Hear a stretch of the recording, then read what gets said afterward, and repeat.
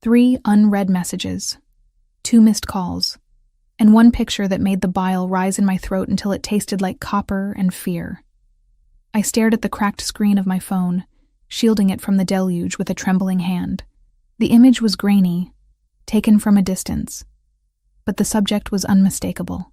Lily, my 19-year-old sister, walking out of her campus library, a stack of books pressed to her chest, completely oblivious to the person stalking her from the shadows. The caption beneath the photo was brief, brutal, and terrifyingly effective. Payment due by midnight, or we collect from her. I didn't need the threat spelled out. Every choice I made from that moment on would start and end with my sister. My thumb hovered over the delete button, as if erasing the message could erase the threat. But I knew better. The 'Ndrangheta didn't work on out of sight, out of mind. They worked on blood and interest, and my father had left us drowning in both. I shoved the phone back into the deep pocket of my trench coat, clutching it like a lifeline. The wind howled down the avenue, tearing at the fabric of my coat, whipping strands of wet red hair across my face. It was a miserable night in New York, the kind where the city seemed to turn its back on you, offering no shelter and no mercy. I bowed my head against the gale and walked faster, my boots splashing through puddles that were deep enough to soak my socks instantly. I needed $3,000. Tonight. It wasn't a fortune to the people who lived in the skyscraper I was approaching, a monolith of glass and steel that pierced the storm clouds. But to me, it was the difference between Lily graduating with a degree in literature and Lily disappearing into the back of a black van, never to be seen again. That fear was a cold, hard knot in my stomach, heavier than the debt, sharper than the wind. I checked the address again, squinting through the stinging rain. The Obsidian Tower. It sounded like a villain's lair from one of the comic books Lily used to read, but it was just another playground for the ultra-wealthy. I had the code the agency had texted me. Velvet Touch Escorts and Entertainment. A dignified name for a service that took 20% of your dignity and 40% of your tips. I wasn't an escort. I wasn't a dancer. I was an administrative assistant who had been laid off 2 weeks ago, desperate enough to answer a vague Craigslist ad that promised high pay for private parties. Just for tonight. I told myself that lie with every step. Just one night of humiliation to buy Lily another month of safety. The lobby was a cavern of marble and silence. I slipped in through the service entrance as instructed, grateful to avoid the judgment of the concierge. The air inside was dry and smelled of expensive sanitizer and white lilies. I dripped water onto the polished floor, creating a trail of evidence that I didn't belong here. My reflection in the elevator doors was a disaster. Pale skin, eyes that looked too wide and too green, and hair that had frizzed into a chaotic halo. Beneath the beige trench coat, I was wearing a ridiculous black lace set the agency had provided, scratching against my skin, making me feel exposed even with the coat buttoned to my chin. I pulled out my phone again to check the floor number. The screen was wet, the digits blurred by a spiderweb crack over the LCD. It looked like PH1, Penthouse 1. Or was it PH4N? The water smeared the text as I tried to wipe it. My heart hammered against my ribs, a frantic rhythm that made my hands shake. I couldn't be late. The client, a Mr. Smith, obviously a fake name, had been specific. 10:44 p.m., sharp, bachelor party. I pressed the button for the penthouse level. The elevator ascended with a smoothness that was almost unsettling, my ears popping as we climbed higher and higher above the city. I tried to rehearse the routine the agency coordinator had shown me. Walk in. Be confident. Don't touch. Keep the music loud. Get the cash. You can do this, Emily, I whispered to the empty car. For Lily. The doors slid open, revealing a hallway that was dimly lit and silent. There were no sounds of a party, no bass thumping from a stereo, no drunken laughter of men celebrating a last night of freedom, just a long corridor with plush carpet that swallowed the sound of my boots. I walked to the double doors at the end. There was no number, just a sleek black handle. I hesitated. Was this the right place? It had to be. There were only 2 penthouses, and the other one had a construction tarp over the door. This was it. I didn't knock. The instructions said, "Walk in. Surprise is part of the package." I took a deep breath, pushed the handle down, and stepped inside. The apartment was massive, a sprawling expanse of shadows and floor-to-ceiling windows that showcased the storm raging over the Manhattan skyline. The only light came from the city below, casting long, shifting rectangles of gray and blue across the dark hardwood floors. It didn't look like a bachelor party. It looked like a mausoleum for the living. The air was frigid, smelling of aged leather, cedarwood, and something sharper, like ozone or gun oil. "Hello?" My voice came out smaller than I intended, trembling slightly. Velvet touch sent me. Silence answered me. I took a few steps further in, my eyes adjusting to the gloom. In the center of the room, facing the window with his back to me, sat a man in a high-backed leather chair. He was motionless, a dark silhouette against the lightning that flashed outside. On the table beside him sat a crystal tumbler of amber liquid, untouched. Confusion warred with relief. Maybe I was early? Maybe the other guests hadn't arrived yet? Or maybe this was a private show for the groom. The agency sometimes booked one-on-one sessions, though they usually cost extra. If he was alone, maybe I could get this over with quickly. Strip, dance, get the money, run. "Mr. Smith?"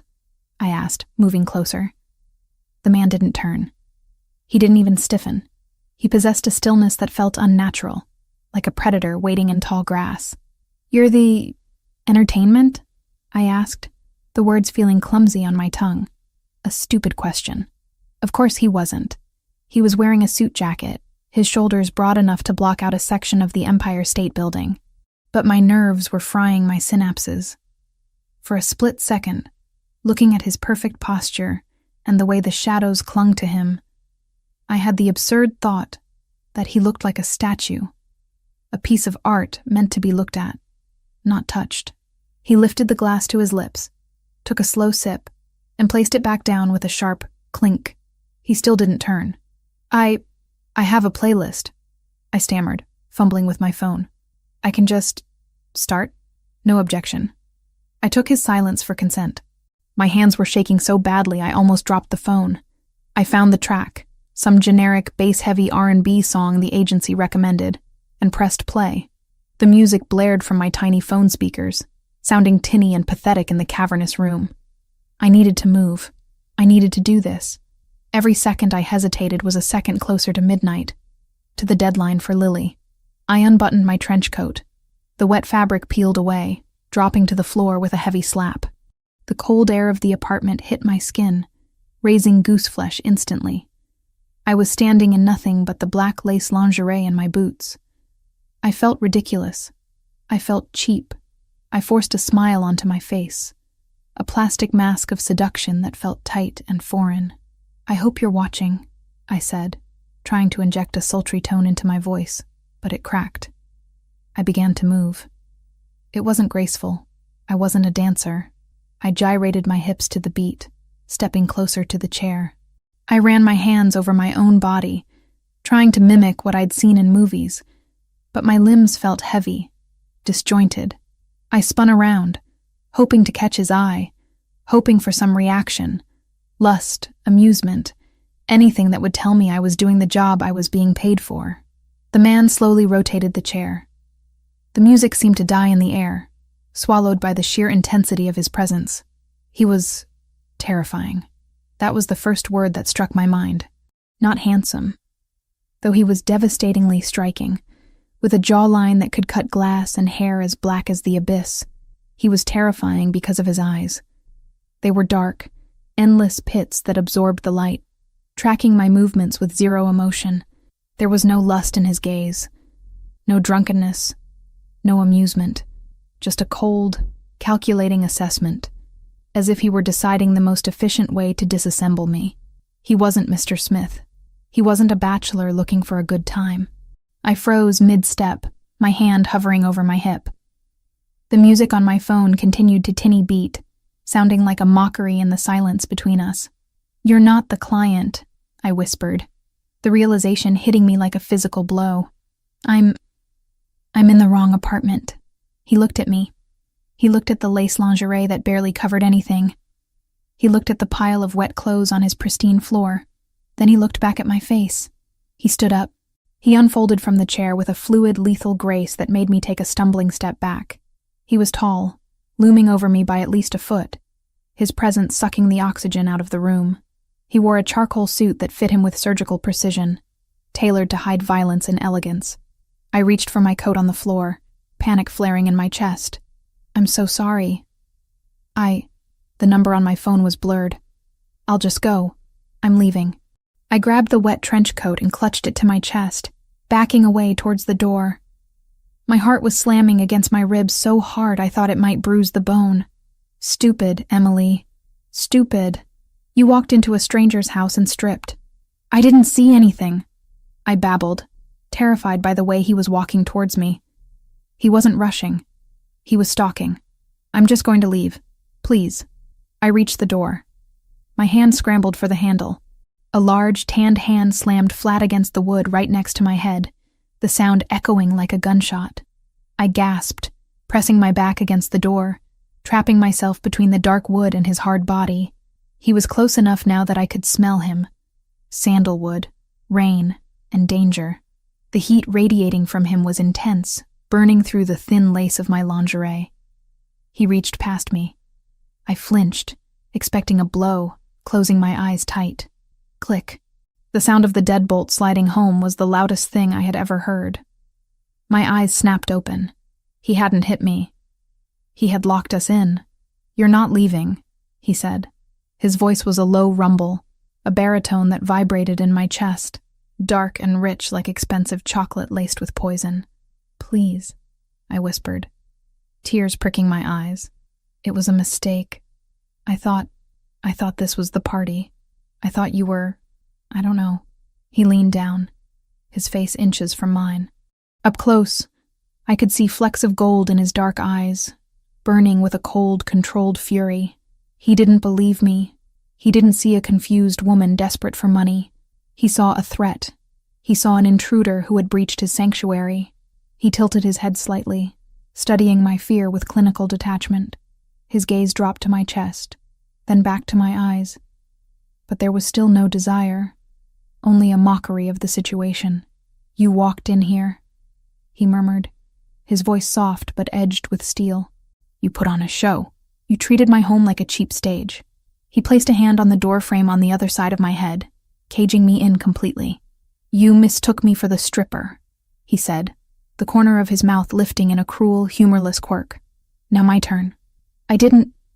I started, but he cut me off. "Who sent you?" The question was whipped out, sharp and demanding. The mockery was gone, replaced by the authority of a man who was used to ordering executions before breakfast. Was it the Russians? Or did the O'Sullivans finally grow a spine? "What? No one!" I cried, shrinking against the wood. "The agency. Velvet Touch. I needed the money for my sister." He laughed, a dark, dry sound. "The sister defense. Classic. Tell me, Piccola, do you really expect me to believe that a woman just accidentally bypasses my security, walks into my penthouse, and starts dancing? You checked the perimeter. You scanned the room. You were stalling to see if I was alone." "I was nervous," I shouted, fear giving way to a spark of indignation. "I'm not a spy. I'm an administrative assistant with a mountain of debt. Look at me. Do I look like an assassin?" He stepped back slightly, sweeping his gaze over me again. "You look like a distraction. A honey trap designed to keep me occupied while a team breaches the service elevator." He grabbed my wrist. His grip was iron, inescapable, but not painful. Yet. He pulled me away from the door, dragging me toward the center of the room. "Let me go!" I struggled, digging my heels into the floor, but it was like trying to hold back a tidal wave. "Sit," he ordered, shoving me gently but firmly onto the leather sofa. I scrambled back against the cushions, clutching my wet coat like a shield. "You can't do this." "I'll scream." "Soundproof," he stated flatly. He walked over to a sideboard and picked up a phone. Not a cell phone, but a secure landline. He dialed a number without looking at the keypad, his eyes never leaving mine. "Silvio," he said into the receiver. "We have a breach. Penthouse 1. A woman, Redhead. Claims she's a stripper. Run her prints off the door handle. I want to know who she is, who her father is, and who owns her debt before I decide where to bury the body. My blood ran cold. Bury the body. He hung up and turned back to me. He unbuttoned his suit jacket and tossed it onto the chair he had been sitting in, then began to roll up the sleeves of his white dress shirt, revealing forearms corded with muscle and a tattoo of a black crest on his inner wrist. "You have 5 minutes until my head of security calls back," he said, walking toward me. "If you lie to me, you vanish. If you tell me the truth—" He stopped in front of the coffee table, leaning against it, crossing his arms over his chest. "Well, let's see if your truth is worth your life." "I told you the truth," I choked out, the reality of the situation crashing down on me. This wasn't a rich banker. This wasn't a CEO. The crest on his arm, the mention of burying bodies, the utter lack of fear.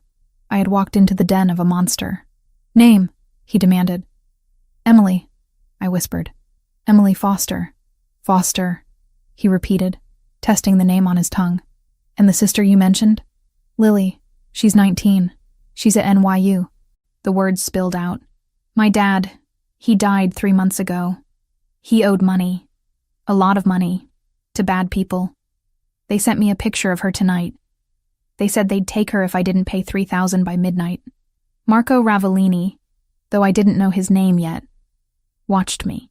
He seemed to be listening not just to my words, but to the cadence of my breathing, the pitch of my hysteria. "3,000, he said, his voice flat. "Peanuts." "It's my life," I snapped, the adrenaline overriding my self-preservation. "It's her life.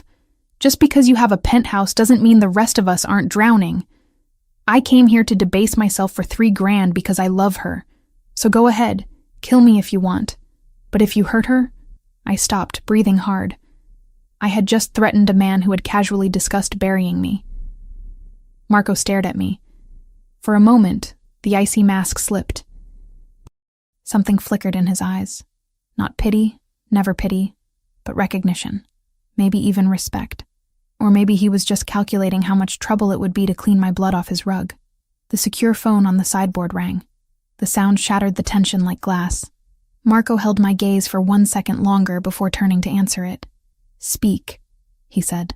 I watched his back, my muscles coiled, wondering if I could make a run for the elevator, but he had the key, and the door was bolted. I was trapped. "Foster," Marco said into the phone, repeating my name. "Emily. Father. Robert Foster. Deceased. Gambling debts. Creditor. The Calabrese clan." He paused. The air in the room seemed to drop 10 degrees. "No," Marco said, his voice dropping to a terrifying whisper. "Not the Calabrese. They sold the debt last week. To the 'Ndrangheta. He turned slowly to look at me. The look on his face had changed. The annoyance was gone. The suspicion was different. It was heavier. "Okay," Marco said to the person on the other line. "Bring the file, and get the car ready." He hung up. He walked over to me. I pressed myself deeper into the sofa, trembling. He stopped right in front of me, towering over my seated form. "You have a debt with the 'Ndrangheta," he stated. It wasn't a question. "Yes," I whispered. "And you thought shaking your ass for $3,000 would save your sister from them." He shook his head, a gesture of dark amusement. "You have no idea what you're dealing with, do you, Emily? The interest alone is $5,000 a week. They weren't going to let her go tonight. They were just going to take the money and take her anyway." I felt the blood drain from my face. "What? No. The text said, 'They lie,'" he said simply. "That's what they do." He looked at his watch. 10:15 p.m. You have less than 2 hours before they grab her. "I have to go," I cried, scrambling to stand up. "I have to warn her. I have to—" He put a hand on my shoulder and pushed me back down.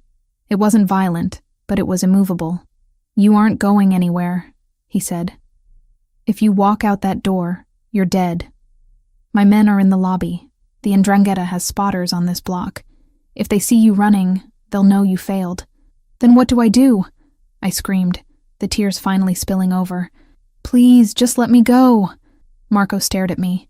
He looked at my tear-streaked face, my trembling hands, the desperate love for my sister that was radiating off me in waves. He seemed to be weighing options, calculating risks and benefits on an invisible ledger. "You need protection," he said. "And money. And power. I have none of those things," I sobbed. "No," he agreed. "But I do." He stepped back and extended a hand toward me, not to hit me, not to grab me, but an offer. "Stand up, Emily," he commanded. I looked at his hand, large, calloused, dangerous. "Why?" I asked. "Because," Marco Ravellini said, his eyes locking onto mine with an intensity that promised both salvation and damnation. "You just walked into the wrong apartment, but you might have stumbled into the only solution that keeps your sister alive. But it's going to cost you a lot more than a dance." He waited. "Get up." I hesitated, then reached out. My small, pale hand vanished into his grip. He pulled me to my feet, the heat of his skin searing mine.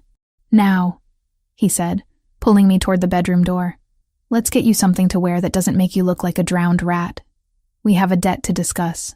The silk shirt Marco had given me was warm, smelling of cedar and something darker, like burnt sugar and gun oil. It hung to my mid-thigh, swallowing my frame, while the drawstrings of the sweatpants were pulled tight to keep them from sliding off my hips. I stepped out of the bathroom, the steam trailing behind me, and found the main room transformed. The shadows seemed deeper, the silence heavier, broken only by the rhythmic drumming of the storm against the reinforced glass. Marco stood by the minibar, pouring amber liquid into 2 crystal glasses. He didn't turn when I entered, but his posture shifted slightly, acknowledging my presence. "Sit," he commanded, his voice low and devoid of the threat that had been there 10 minutes ago. Now it was just business. I took a seat on the edge of the leather sofa, my hands clasping together to stop their trembling. It wasn't the cold anymore. It was the adrenaline crash. I was in a stranger's penthouse, half naked in his clothes, waiting to hear if my life was over or just beginning. He walked over and extended a glass to me. "Brandy, drink it. It helps with the shock." I took it, the crystal heavy and cool against my palm. I took a sip, the liquor burning a path down my throat, settling the nausea that had been roiling in my stomach since I saw that picture of Lily. "I ran a background check while you were in the shower," Marco said, leaning back against the heavy oak desk, crossing his ankles. He looked deceptively relaxed, but his eyes were sharp, dissecting me.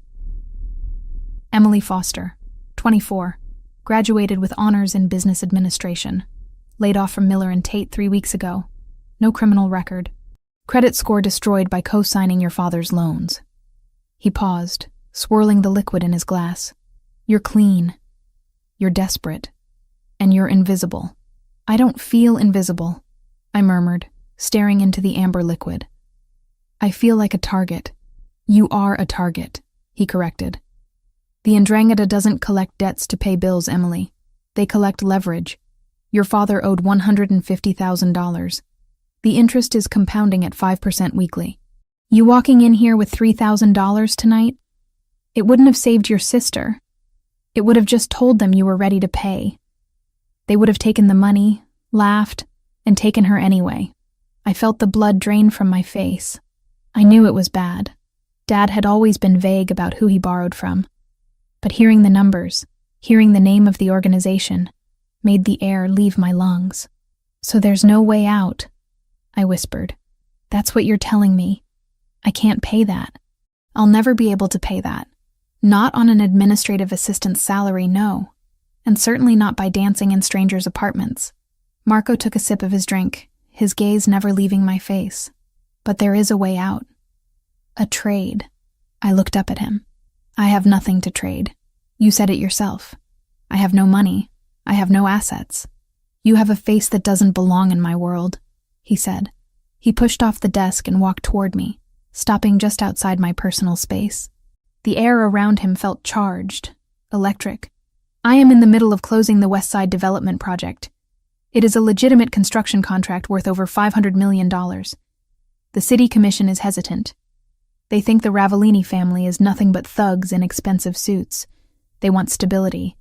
They want to see that I am not a warlord, but a man capable of settling down. He set his glass down on the coffee table with a deliberate click. I need a fiancé. I blinked, my brain struggling to bridge the gap between debt collectors and marriage proposals. A what? A fiancé, he repeated.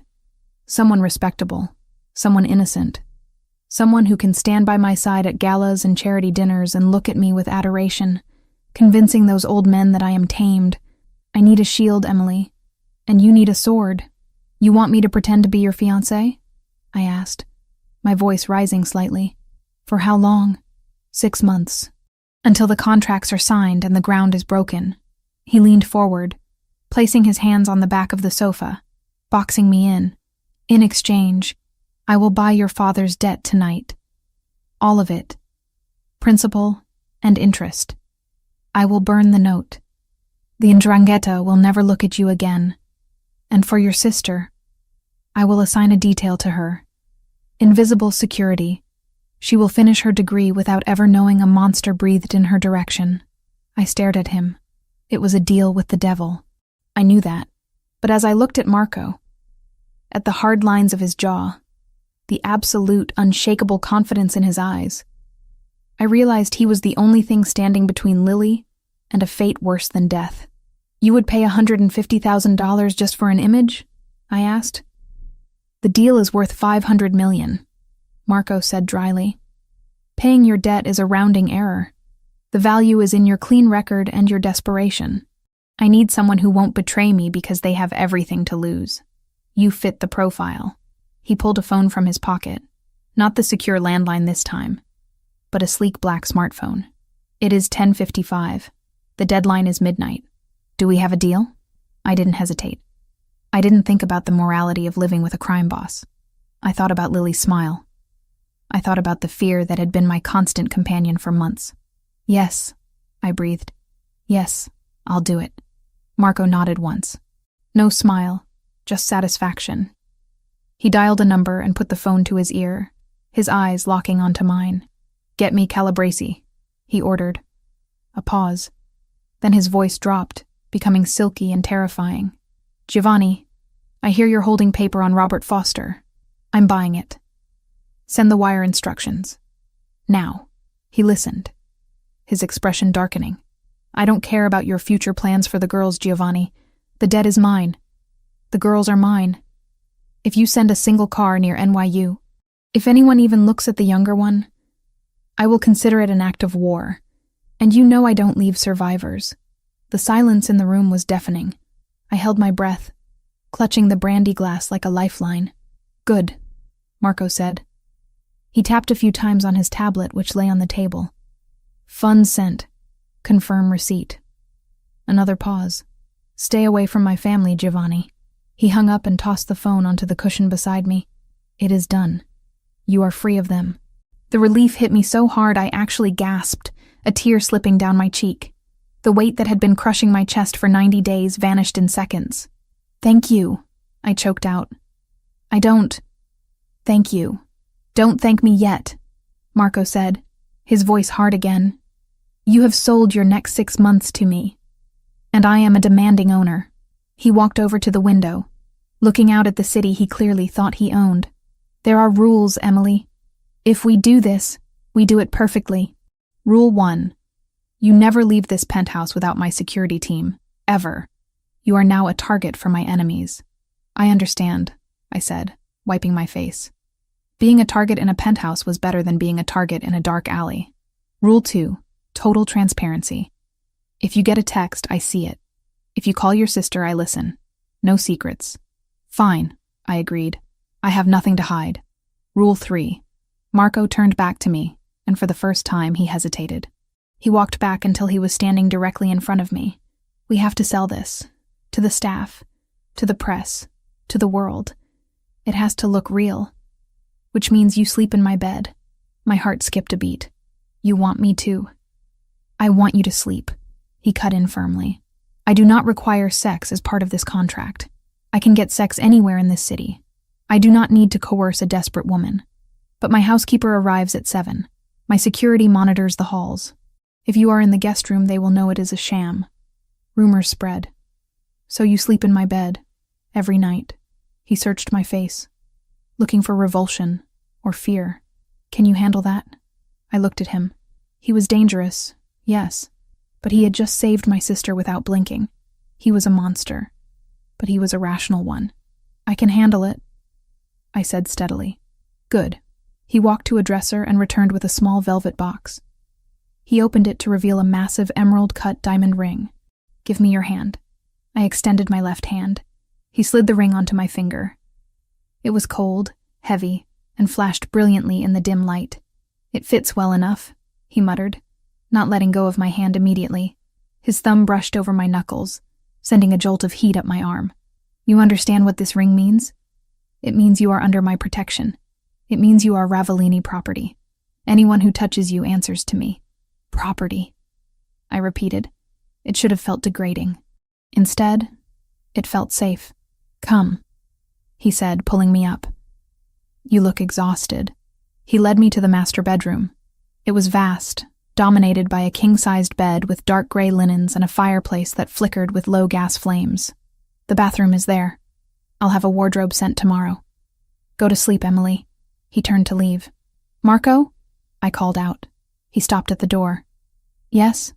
Thank you. For Lily. I won't let you down. He glanced back, his expression unreadable in the shadows. See that you don't. Sleep well, fiancé. He closed the door. I was alone. I looked at the ring again, then climbed into the massive bed. It smelled of him, sandalwood and power. For the first time in months, I didn't check the locks on the windows. I didn't push a chair against the door. I closed my eyes and let the darkness take me. I woke briefly when the door opened hours later. I feigned sleep as the mattress dipped. Marco got in beside me. He didn't touch me. He stayed on his side, a solid wall of heat. But the tension in the room was palpable. It wasn't sexual, not exactly. It was the awareness of a predator sharing its den. I fell back asleep to the sound of his steady breathing, feeling safer than I had in my entire life. Sunlight woke me. I reached out, but the other side of the bed was cold.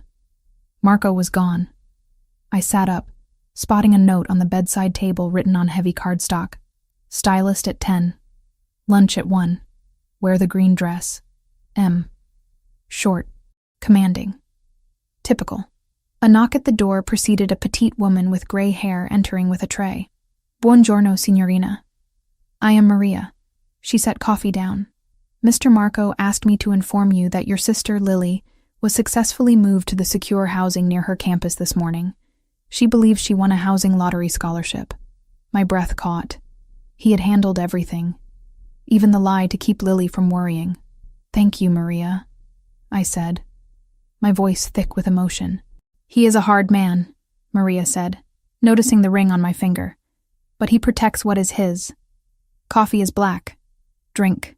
She left, and I obeyed. I drank the coffee, feeling the caffeine sharpen my senses. I walked into the closet Marco had mentioned.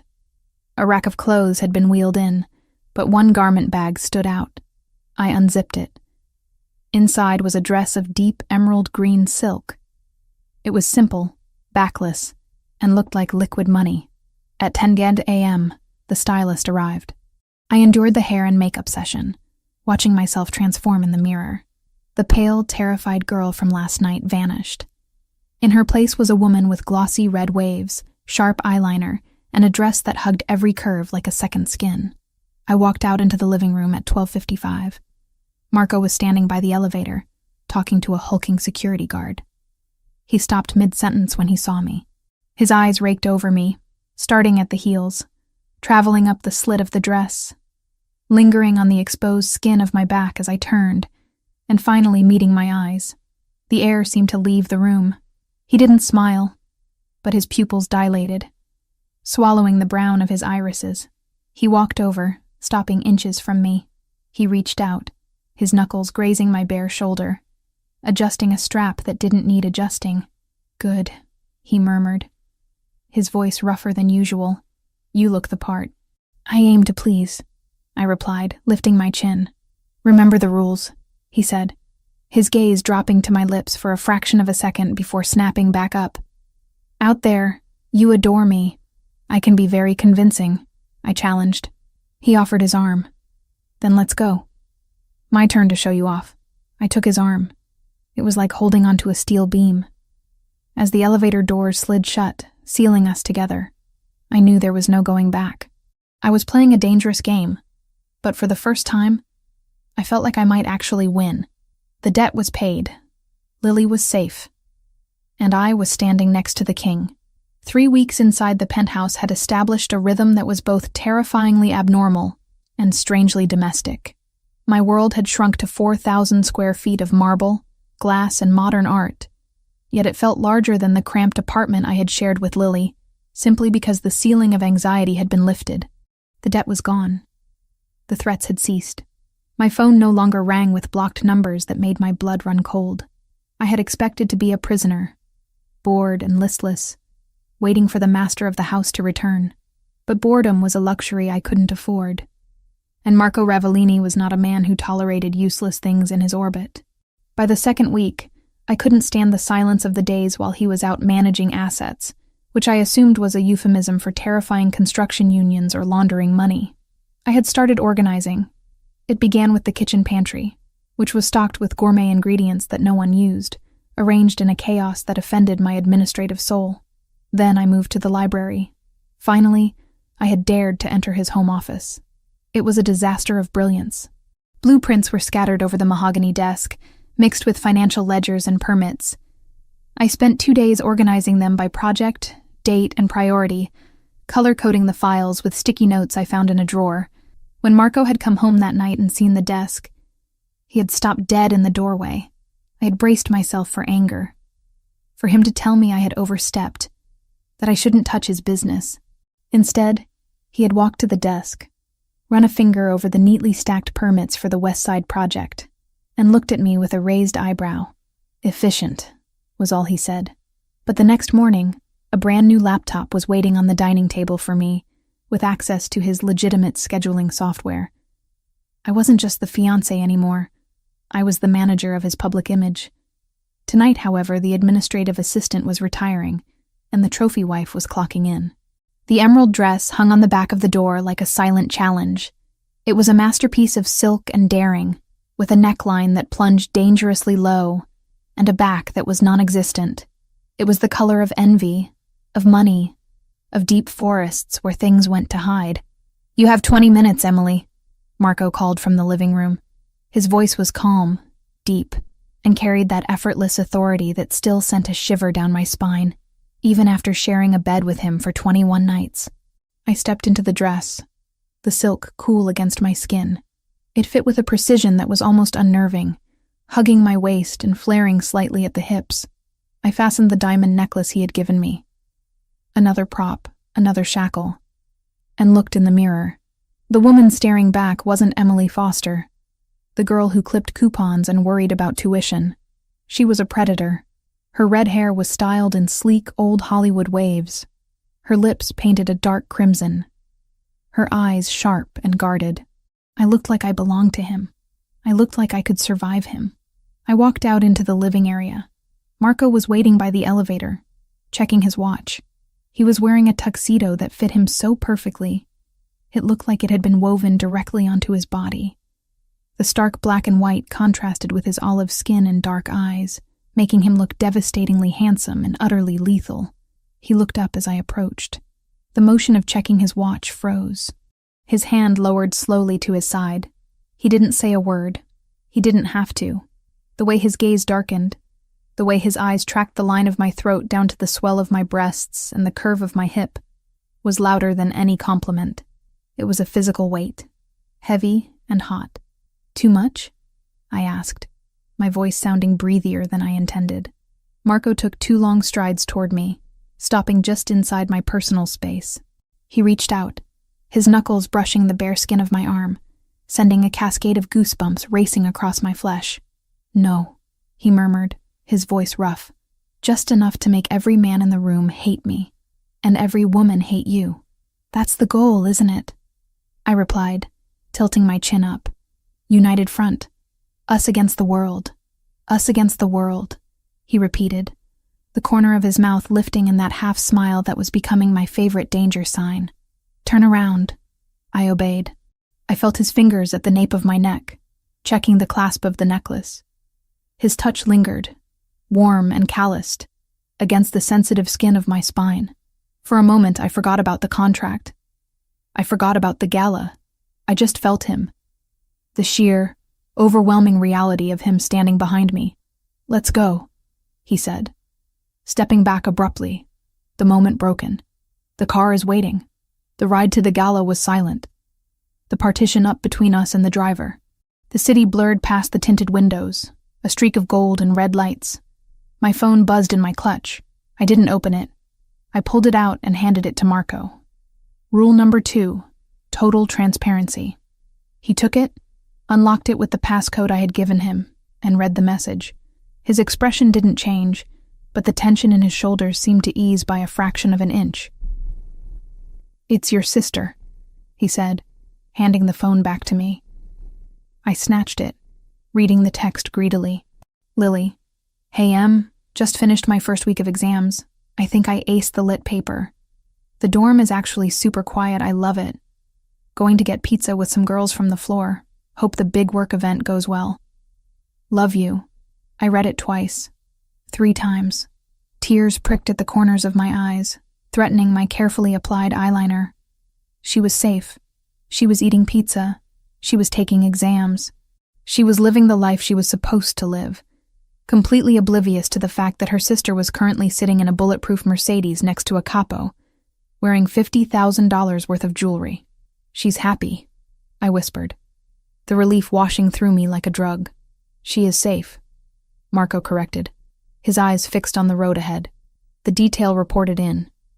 She aced the exam, by the way. She studied at the library until 2 a.m. for 3 nights in a row. My men watched the door the entire time. I looked at him, truly looked at him. In the shifting light of the street lamps, his profile was sharp, unyielding. He was a criminal. He was violent. But he was the most honorable man I had ever met when it came to his word. Thank you, Marco, I said softly. He turned to look at me then. You are paying for it, Emily. Tonight. With every smile. With every lie. Do not make me regret the investment. I won't, I promised. And I meant it. The gala was held at the Pierre Hotel, a bastion of old New York money and power. The ballroom was a sea of black ties and designer gowns, the air thick with the scent of expensive perfume and the underlying stench of ambition. As we entered, I felt the shift in the room. Heads turned. Conversations stalled. It was one thing to hear that Marco Ravellini had a fiancée. It was another to see her. I tightened my grip on his arm, feeling the hard muscle beneath the tuxedo jacket. Chin up, he whispered against my ear, his breath hot. You own this room, because you're with me. We moved through the crowd like sharks cutting through a school of fish. Marco introduced me to politicians, real estate tycoons, and union leaders. I played my part perfectly. I laughed at their unfunny jokes. I gazed at Marco with adoring eyes. I let him rest his hand possessively on the small of my back, his thumb tracing slow, distracting circles on my bare skin. Marco, you devil! A booming voice interrupted us near the champagne fountain. A man in his 60s, with silver hair and a face that looked like it had been carved out of granite, approached us. He was holding a scotch, his eyes sharp and calculating. I recognized him from the files I had organized.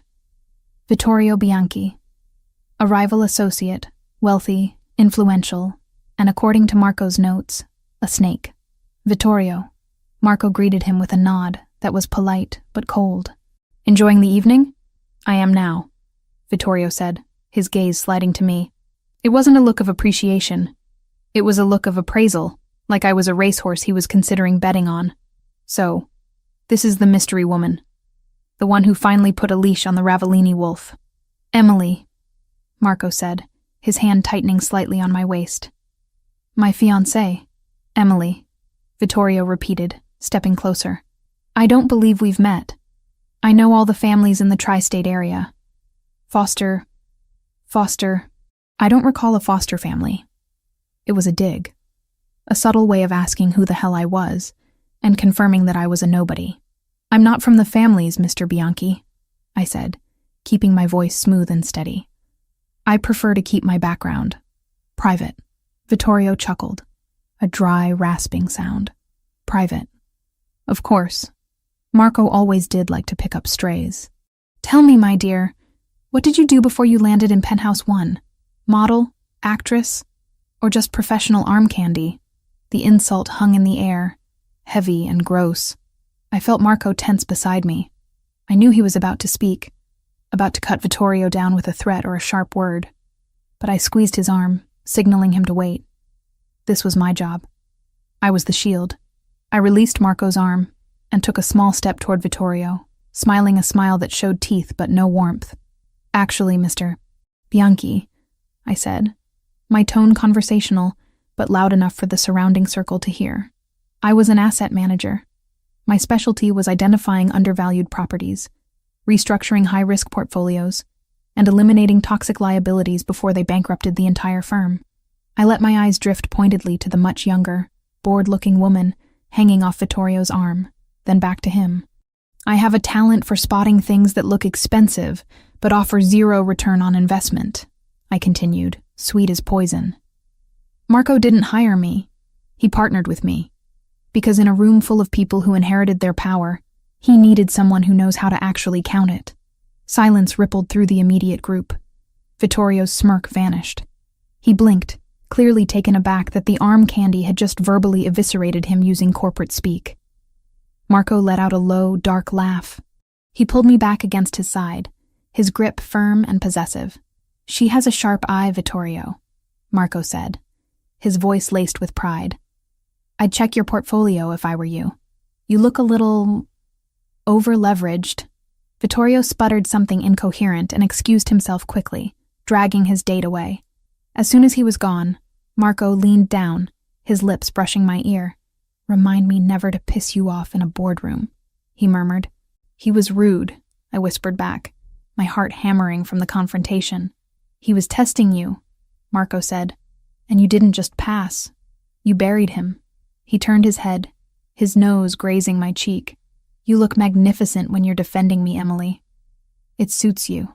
The heat in his voice was undeniable. It wasn't acting. For the rest of the night, the dynamic shifted.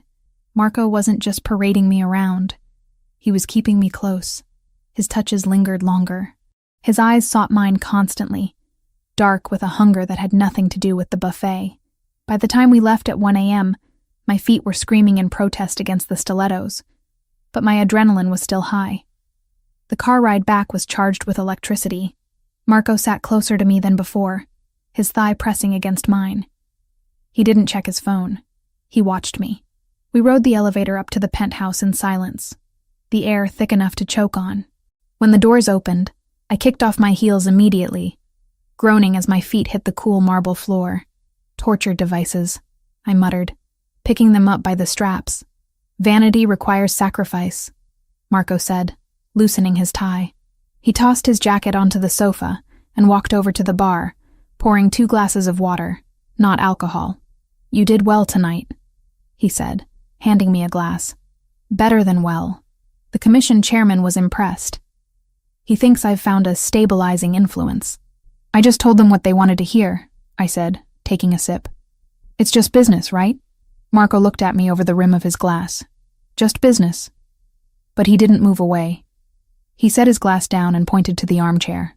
"Sit." "I'm fine. I just need to go to bed," I said, suddenly wary of the intensity in his gaze. "Sit, Emily," he repeated. It wasn't a bark. It was a low rumble. I sat. Marco knelt in front of me. My breath hitched in my throat. The great Marco Revellini, on his knees. He reached out and took my right foot in his large, warm hands. "Marco, you don't have to. Quiet," he murmured. His thumbs dug into the arch of my foot, finding the knot of tension instantly. I gasped, my head falling back against the chair. It was agony and ecstasy all at once. He worked the muscles with a skill that surprised me, his hands strong but strangely gentle. "You stood for 4 hours in these," he said, his voice vibrating through the soles of my feet. You defended my name against Bianchi. You protected the family image." He moved to the other foot, his fingers sliding up my ankle, grazing the sensitive skin of my calf. "I was just doing my job," I whispered, watching him through half-closed eyes. He looked up. His eyes were black pools, swirling with something that terrified and thrilled me. He was still kneeling between my legs, his hands on my calves now, his thumbs tracing the line of my shin. "You are good at your job," he said. The air between us crackled. He leaned forward. I leaned forward. The space between us shrank to inches. I could smell the brandy on his breath, mixed with the mint from the gala. I could feel the heat radiating from his chest. I wanted him to kiss me. The realization hit me like a physical blow. I didn't just want the safety. I wanted the danger. I wanted the man who had bought my life and locked me in his tower. Marco's gaze dropped to my lips. His hand slid up to my knees, pushing the silk of the dress slightly higher. My heart was pounding so hard I thought he could hear it. "Emily," he breathed, his voice a ragged whisper. I parted my lips. "Marco." He froze. The sound of his name seemed to snap a chord in him. The darkness in his eyes cleared, replaced by a wall of ice. He blinked, shaking his head slightly as if waking from a trance. He pulled his hands away from me as if I were on fire. He stood up abruptly, towering over me, buttoning his collar that he had just loosened. His face was a mask of stone. "It's late," he said, his voice flat, devoid of the heat that had been there seconds ago. "We have an early morning. The architects are coming at 8. I sat there, reeling, my skin cold where his hands had been. The rejection stung more than I expected. It felt like a slap. "Right," I said, my voice trembling. "The architects. Go to bed, Emily," he said, turning his back on me to face the window. "I'll sleep in the guest room tonight. I have work to finish." "But the rules," I started, confusion warring with hurt. "You said—" "Screw the rules," he snapped, his fists clenching at his sides. "Just for tonight. Go." I stood up, grabbing my shoes. I didn't look at him. I couldn't. I walked down the hallway to the master bedroom, the emerald dress swishing around my legs, feeling less like armor and more like a costume. I closed the door and leaned against it, closing my eyes. He had wanted to. I knew he had. But he had stopped, because I was an asset. Because I was a contract. Because men like Marco Ravellini didn't fall for women like me. They used us and discarded us when the deal was done. I stripped off the dress and scrubbed the makeup from my face, revealing the pale, tired girl underneath. I crawled into the massive, empty bed, curling into a ball in the center. It was safe here. Lily was safe. The debt was paid. I had everything I had asked for. So why did the empty space beside me feel so much like loneliness? I fell asleep listening to the silence of the penthouse, wishing for the sound of the door opening, wishing for the monster to come back and claim his territory. But the door stayed shut. And for the first time, the lock on the inside felt like it was keeping me in, not keeping the world out. The restaurant Marco intended to acquire was a study in understated oppression. Named L'Ombra, it sat nestled in the heart of Tribeca, a fortress of dark wood, heavy velvet drapes, and lighting so low it felt less like dining and more like conspiring. We were seated at the best table in the house, a semi-private booth that offered a clear view of the entrance while shielding us from the prying eyes of the other patrons. It was a strategic position, chosen not for romance but for survival, a fact that became increasingly clear as the night wore on. Technically, this was a date. A public outing designed to feed the rumor mill and solidify the narrative of the love-struck Don and his respectable fiancé. But the air between us was brittle, snapping with the unresolved tension from the night before. Marco hadn't touched me since the moment he pulled away in the penthouse living room, leaving me cold and confused in the armchair. He had slept in the guest room, and our morning interactions had been limited to curt nods and monosyllabic instructions about the schedule. "The risotto is excellent," Marco said, his voice cutting through the silence. He wasn't looking at his food. His eyes were scanning the perimeter of the room, tracking the movements of the waiters, the guests, the shadows near the kitchen. "I'm sure it is," I replied, pushing the rice around my plate with a silver fork. So, are you buying this place for the food or for the sightlines? Marco's gaze flickered to me, dark and unreadable. I'm buying it because it washes money efficiently. The kitchen moves volume, the wine list is overpriced, and the back exit leads directly to a street that doesn't have traffic cameras. It's a logistical asset. Everything is an asset to you, I said, the words coming out sharper than I intended. Restaurants, buildings, people. He set his wine glass down slowly. The crystal chimed against the table, a stark sound in the hum of the room. You are angry. I'm not angry, I lied, taking a sip of water to cool the heat rising in my cheeks. I'm just tired of trying to figure out where the act ends and the person begins. Last night was a mistake, he interrupted, his voice dropping to a low, rough timbre that vibrated in my chest. I crossed a line. It won't happen again. Because it's not in the contract? I challenged, leaning forward. Or because you're terrified that if you actually let someone in, you might lose your edge. Marco's jaw tightened. He looked like he wanted to reach across the table and shake me, or kiss me, or maybe both. I am trying to keep you alive, Emily. Distraction gets people killed in my world. Attachments are weaknesses. I'm already an attachment, I whispered. I'm wearing your ring. I'm living in your house. You paid $150,000 for me. It's a little late to pretend I'm just a line item on a spreadsheet. He opened his mouth to respond, a flash of genuine emotion finally breaking through his mask. But the words never came. The front window of the restaurant exploded inward. It wasn't a sound. It was a physical force. 1 second we were arguing about feelings. The next, the world dissolved into a cacophony of shattering glass and screaming patrons. Shards of the window flew across the dining room like diamond shrapnel. Marco moved before my brain could even process the threat. He didn't duck. He lunged. He vaulted over the table, crashing into me, his heavy body slamming me down into the leather banquette. He covered me completely, shielding my head with his arms, burying my face in his chest. Pop, pop, pop. The sounds were distinct, rhythmic, and terrifyingly familiar from movies. But in real life, they were deafening. Gunfire, suppressed, professional, and close. Stay down, Marco roared, his voice a command that brooked no argument. He pulled a gun from a holster beneath his jacket, a sleek black weapon that had been invisible moments ago. He rose to a crouch, firing 2 shots over the top of the booth. I heard a wet thud, and a scream cut short. The smell of cordite and dust filled my nose, choking me. Who are they? I screamed, clutching the lapels of his jacket, my heart hammering against my ribs like a trapped bird. Ndrangheta, Marco snarled, firing again. They didn't accept the buyout. They want blood. He grabbed my arm, his grip bruising. We move, now. Keep your head down and stay behind me. He hauled me up, keeping his body between me and the shattered front of the restaurant where 3 men in ski masks were advancing, weapons raised. Marco fired with terrifying precision, taking one of them down with a shot to the shoulder, buying us a second of time. We ran, not toward the exit, but toward the kitchen. The other diners were scrambling under tables, screaming, creating a chaotic obstacle course. Marco shoved a waiter out of the line of fire, never stopping his forward momentum. We burst through the swinging double doors into the kitchen. It was a labyrinth of stainless steel, steam, and panic. Chefs were cowering in corners. Pots were boiling over on the stoves. "The back alley!"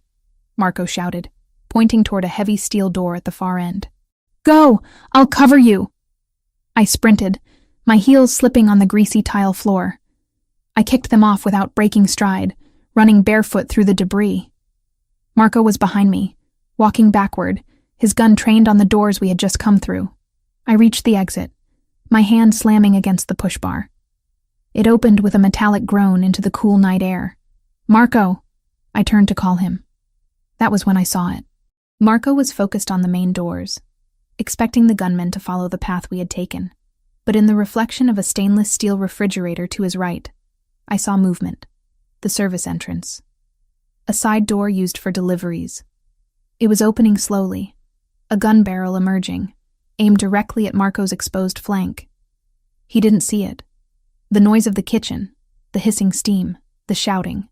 masked the sound of the door. Time seemed to warp, stretching into a slow-motion nightmare. If I stayed silent, if I just ran, I would be safe. But he would be dead.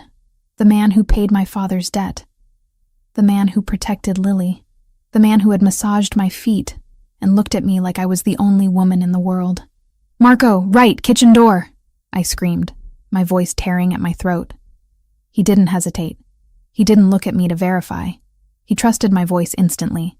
He spun, dropping to one knee, and fired blindly toward the service entrance. The gunman, caught by surprise, fired wide. The bullet pinged off a hanging pot rack, inches from Marco's head. Marco's return fire was true. The attacker crumpled backward, the door swinging shut on his body. Marco looked at me then, for just a fraction of a second. His eyes were wild, dilated, burning with an intensity that could scorch the earth. There was no asset in that look. There was only raw, primal recognition. "Go!" he roared. I scrambled into the alley. A black-armored SUV was already screeching around the corner, Marco's security team having been alerted by the shots. The back door flew open before the car even stopped. I dove inside, scrambling across the leather seats. Marco dove in right behind me, shouting, "Go, go, go!" to the driver. The SUV peeled out, tires smoking, slamming me back against the seat. Bullets sparked against the rear window, leaving spiderweb cracks in the bulletproof glass but failing to penetrate. We swerved onto the main road, weaving through traffic, leaving the chaos of Lombra behind. For a long minute, the only sound in the car was our ragged breathing. Marco was checking his magazine, reloading with practiced shaky hands. He looked at the driver. "Status? Clear, boss. We have 2 pursuit vehicles, but Rocco and the tail team are intercepting. We're heading to the safe house. The penthouse is compromised." "Do it," Marco said. He turned to me. He grabbed my face between his hands, his fingers digging into my cheeks, tilting my head up. His eyes frantically scanned my face, my neck, my torso. "Are you hit?" he demanded, his voice cracking. "Emily, answer me. Are you hurt?" "I'm fine," I gasped, my hands coming up to grip his wrists. "I'm okay. Are you?" "You saw him," he breathed, staring into my eyes. "You saw the man in the service door." "Yes." "You saved my life," he said, the words heavy, absolute. "I was dead. You warned me." "I told you," I managed to whisper, fighting the shock that was starting to set in. "I'm a good investment." Marco let out a sound that was half laugh, half sob. He pulled me into him, crushing me against his chest. His arms wrapped around me like steel bands, holding me so tight it was hard to breathe. But I didn't care. I buried my face in the crook of his neck, smelling the gunpowder and the sweat and the underlying scent of him. "You are not an investment," he growled against my hair. "You are... God, you are everything." He held me for the entire ride. He didn't let go even when he had to issue orders to his team on the phone. He kept one arm locked around me, anchoring me to him. We drove for nearly 40 minutes, leaving the city lights behind, heading north into the dense darkness of the woodlands. The SUV finally turned onto a gravel road, winding up a steep hill surrounded by thick pine trees. The safe house wasn't a shack. It was a modern fortress of concrete and glass, cantilevered over a ravine, isolated and impenetrable. The car stopped. Marco ushered me out, his body shielding mine until we were inside the heavy steel doors. The interior was cold, the air stagnant. It hadn't been used in a while. Marco hit a switch, and emergency lights flickered on, casting long, eerie shadows across the minimalist furniture. "Lock it down," Marco ordered the driver who had carried our bags in. "Patrol the perimeter. No one gets within a mile of this place." "Yes, sir." The guard left, the heavy door thudding shut, sealing us in. Silence descended. The adrenaline that had kept me moving began to curdle into something else. A shaking, frantic energy that needed release. I looked at Marco. He was standing in the center of the room, his jacket discarded on the floor, his white shirt stained with soot, and a smear of blood that wasn't his. He was looking at me with that same intensity from the kitchen, but magnified 1,000 times. "You could have run," he said, his voice rough. "When we were in the kitchen, you were at the exit. You could have run out and saved yourself. You stopped to warn me. I wasn't going to leave you," I said, my voice trembling. "We had a deal." "Fuck the deal," Marco swore, crossing the room in 2 strides. He grabbed my shoulders, his grip desperate. "That wasn't the deal. The deal was money for safety. The deal was a performance. What you did back there, that wasn't acting." "No," I admitted, looking up at him, feeling the heat radiating from his body. "It wasn't." "Why?" he demanded, shaking me slightly. "Why would you risk your life for a monster? For a man who bought you? Because you're not just a monster," I cried out, the emotions of the last 3 weeks finally boiling over. "Because you saved Lily. Because you held my hair back when I was sick from the stress. Because you look at me like I'm a person, not a thing. Because I feel safe with you, Marco. Even when people are shooting at us, I feel safe with you." Marco stared at me, his chest heaving. The walls he had built, the coldness, the professional distance, the rules, crumbled. I saw the man beneath the dawn, the man who was terrified, lonely, and starving. "I tried to stop this," he whispered, his hand coming up to cut my jaw, his thumb brushing my bottom lip. "I tried to keep you at arm's length. I tried to tell myself you were just a job. You failed," I murmured, leaning into his touch. "I know," he groaned. He kissed me. It wasn't a gentle movie star kiss. It was a collision. It was violent and desperate, fueled by the terror of near death and the rage of survival. His mouth crushed mine, demanding, claiming. I opened to him instantly, wrapping my arms around his neck, pulling him closer. I needed to feel him. I needed to know he was alive, solid, real. He lifted me up, my legs wrapping around his waist instinctively. He carried me through the unfamiliar house, kicking open a door to a bedroom, not breaking the kiss for a second. He pressed me against the wall, his hands roaming over my body, possessing every inch of me. "You're mine," he growled against my throat, biting lightly at the sensitive skin. "You understand? No more contracts, no more pretending. You are mine." "I'm yours," I gasped, my fingers tangling in his dark hair. "I've been yours since you locked that door." He carried me to the bed, falling with me onto the mattress. The clothes we were wearing, the expensive dress, the ruined shirt, were barriers that were torn away with frantic haste. There was no finesse, only need. The darkness of the room wrapped around us. But we were burning. When we finally came together, it was an exorcism. We were driving out the fear of the bullets, the sound of the glass shattering, the image of the gunman in the doorway. It was raw and absolute. I cried out his name, and he answered with a reverence that shook me to my core. Later, much later, the storm outside had returned, rain lashing against the glass of the safe house. We lay tangled in the sheets, limbs heavy with exhaustion. Marco was on his back, one arm thrown over his eyes, the other holding me tight against his side. My head rested on his chest, listening to the steady, strong beat of his heart. "Emily?" His voice was a rumble in the dark. "Yeah?" He moved his arm, turning his head to look at me. The hardness was gone from his face. He looked younger, vulnerable. "I lied to you," he said softly. I tensed slightly. "About what?" "About the reason I bought your debt."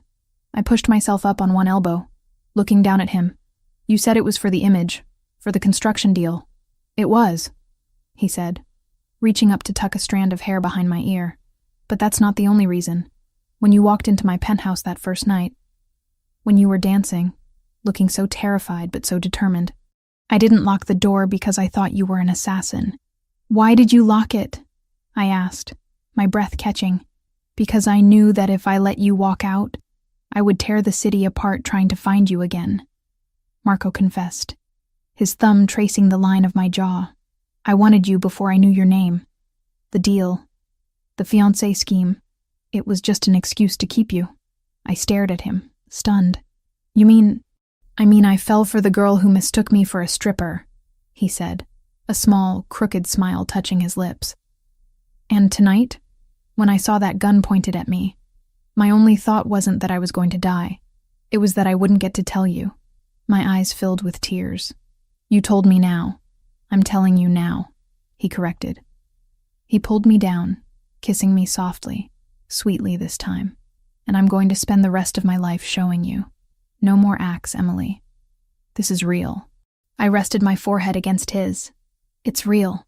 We lay there in the quiet of the safe house, the world outside full of enemies and danger. But inside, in the circle of his arms, the war felt very far away.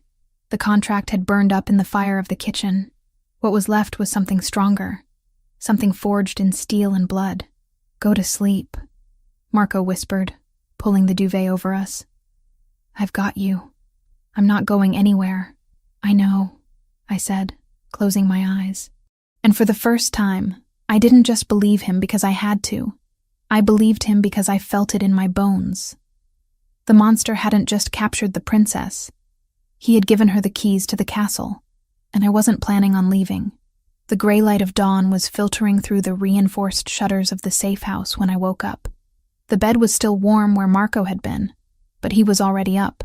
I pushed myself up on my elbows, the sheet pooling at my waist, my body aching in a way that was both exhausting and exhilarating.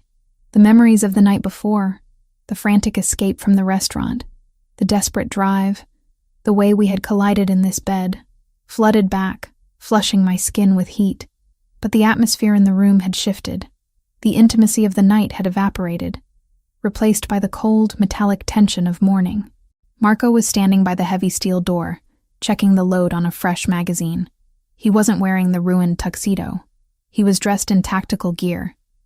Black cargo pants, heavy boots, and a tight black t-shirt that clung to his chest. A Kevlar vest sat on the chair next to him, along with a shoulder holster. He looked like a soldier preparing for a war he didn't expect to return from. "You're leaving," I said, my voice raspy from sleep and the screaming I'd done in the car. Marco looked up. His eyes were hard, the soft vulnerability I had seen in the dark completely gone. He was the Dawn again. "The city is falling apart," he said, sliding the magazine into the Glock with a sharp click. "The attack on the restaurant wasn't just a hit. It was a declaration. The Ndrangheta has moved on 3 of my construction sites overnight. They burned a warehouse in Queens an hour ago. If I don't show my face, if I don't strike back now, the commission will think I'm weak. And if they think I'm weak, they'll let the wolves in."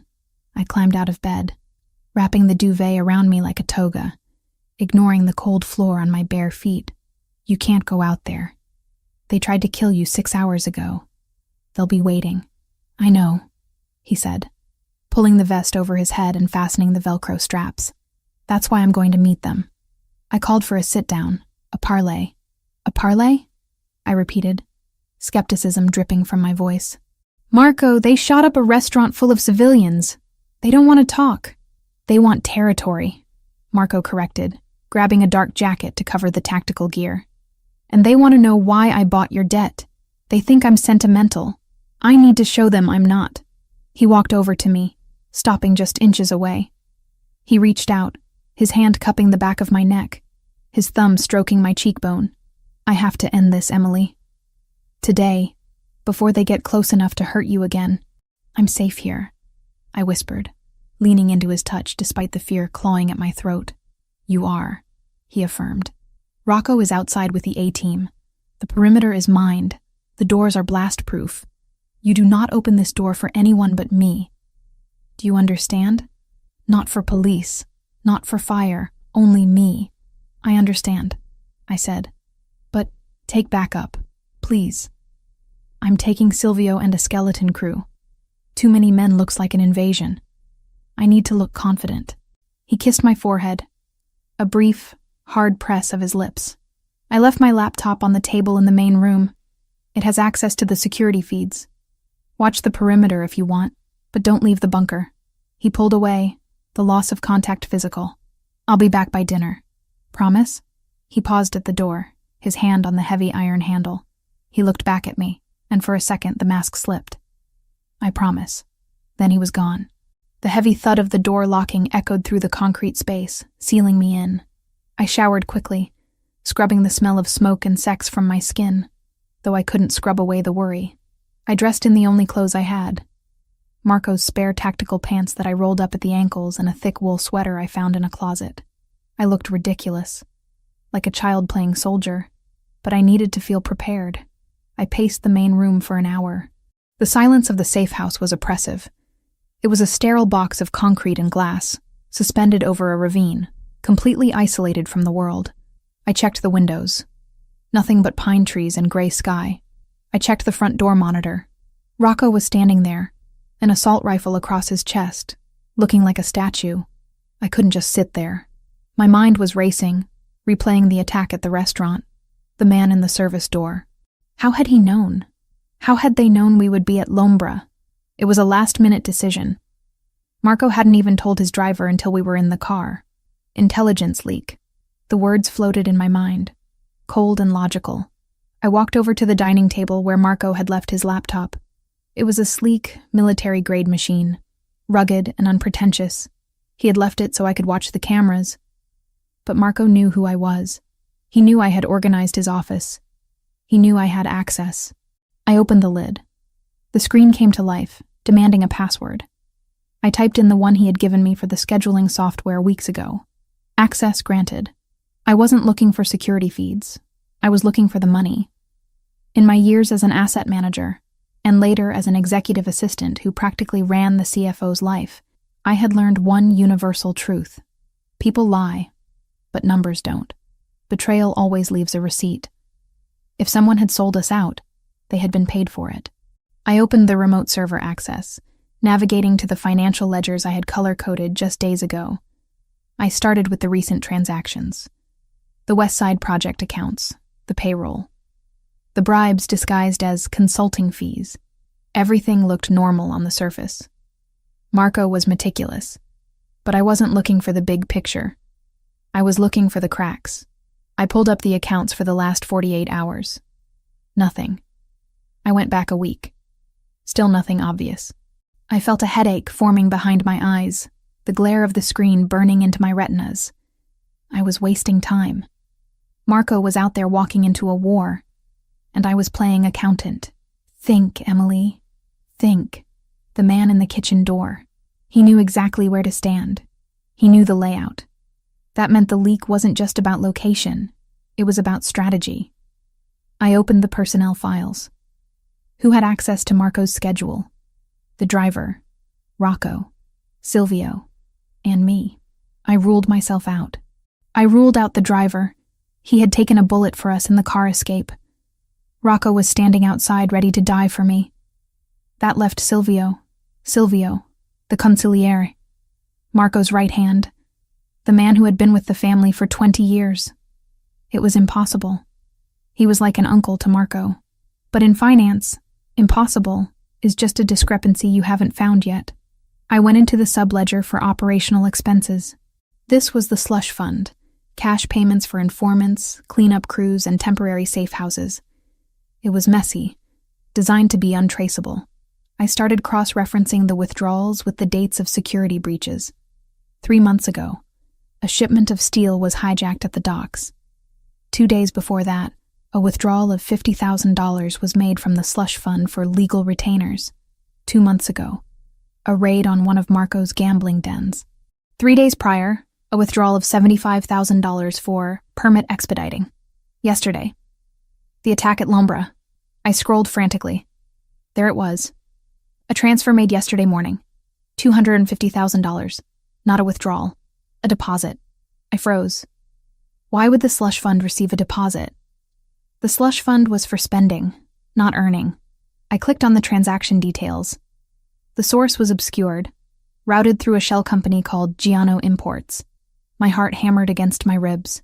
I opened a new tab and ran a search on Giano Imports. It was a dummy corporation registered in the Cayman Islands. Dead end. But I wasn't just an admin. I was good at this. I pulled up the IP log for the transaction. The deposit hadn't been authorized by an external bank.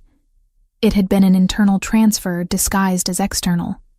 Someone had moved money from a hidden account into the slush fund to cover a shortfall, perhaps hoping no one would notice the balance fluctuation. I traced the originating account. It was a blind trust. I needed the access key. Who authorized the movement? I typed in a command prompt, bypassing the user interface to look at the metadata of the ledger entry. User ID, SR Conciliere 01. Silvio. Silvio had moved money into the family accounts. Why? To hide theft? No. The amount was too specific. $250,000. I dug deeper into the blind trust. I couldn't see the owner, but I could see the counterparty for previous transactions. Calabrese Waste Management. The Ndrangheta. The room spun. I gripped the edge of the table, my knuckles turning white. Silvio wasn't just stealing. He was on their payroll. The Ndrangheta had been paying him. And yesterday, he had moved a large sum back into Marco's accounts. Why? To frame someone else? Or to pay for the hit squad? Oh my God. I whispered to the empty room. I minimized the finance windows and opened Marco's communication logs. If Silvio was the traitor, he would be communicating with them. I found an encrypted email in the drafts folder of the shared server, a folder that Silvio and Marco both used to drop notes for each other without sending actual emails that could be intercepted. The subject line was blank. The body of the text was a single line of coordinates and a time. Dock 4, warehouse, 9:12 p.m. No weapons, peace terms.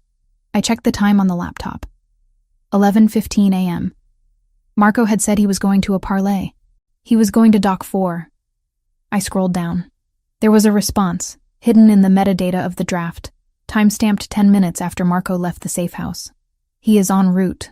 Minimal guard. Take him at the gate. Make it look like a negotiation gone wrong. The sender of the response wasn't Marco. It was signed with a single initial. S. Silvio. Silvio was leading him into an execution. It wasn't a parlay. It was a slaughter. Marco was walking into a trap with the very man who had sold him out standing right beside him. Panic, cold and sharp, pierced through me. I grabbed my phone, the burner Marco had given me. I dialed his number. It went straight to voicemail. Pick up, pick up, pick up, I hissed, redialing. Voicemail again. He must have turned his phone off for the meeting, or they were using jammers. I tried the main line for the car. Nothing. I tried Silvio's number. It rang once, then disconnected. I stood up, the chair scraping loudly against the concrete floor. I couldn't breathe. Marco was 45 minutes away from dying. He was going to walk into Warehouse 9, thinking he was negotiating a truce, and Silvio was going to put a bullet in the back of his head. I looked at the door monitor. Rocco. I ran to the heavy steel door and pounded on it. Rocco, open up! The heavy bolt slid back, and the door cracked open. Rocco stood there, his face impassive, his massive frame blocking the exit. Signorina, he said, his voice deep and gravelly. You are to stay inside. Boss's orders. Rocco, listen to me, I said, breathless, holding the laptop up so he could see the screen. Though I knew the code would mean nothing to him. You have to call Marco. You have to stop him. He isn't the only one who dies if you let him walk into that trap. Everything we've built to keep Lily safe burns with him. The boss is in a secure blackout. No comms until the meeting is over, Rocco said, making a move to close the door. It's standard protocol. It's a trap, I screamed, jamming my foot in the door. Rocco, look at me. It's a trap. Silvio is the leak. He's working for the Ndrangheta. Rocco stopped. His expression didn't change, but his eyes narrowed slightly. Silvio has been with the family since before you were born, Signorina. You should go back inside. You're upset. I am not upset! I am an auditor! I shouted, desperation making me reckless. I turned the laptop screen toward him. Look at the logs! User ID SR Conciliere. He authorized a transfer from a Calabrese shell company yesterday. He sent the coordinates to the hit squad. Read the draft. Rocco glanced at the screen. He saw the email draft.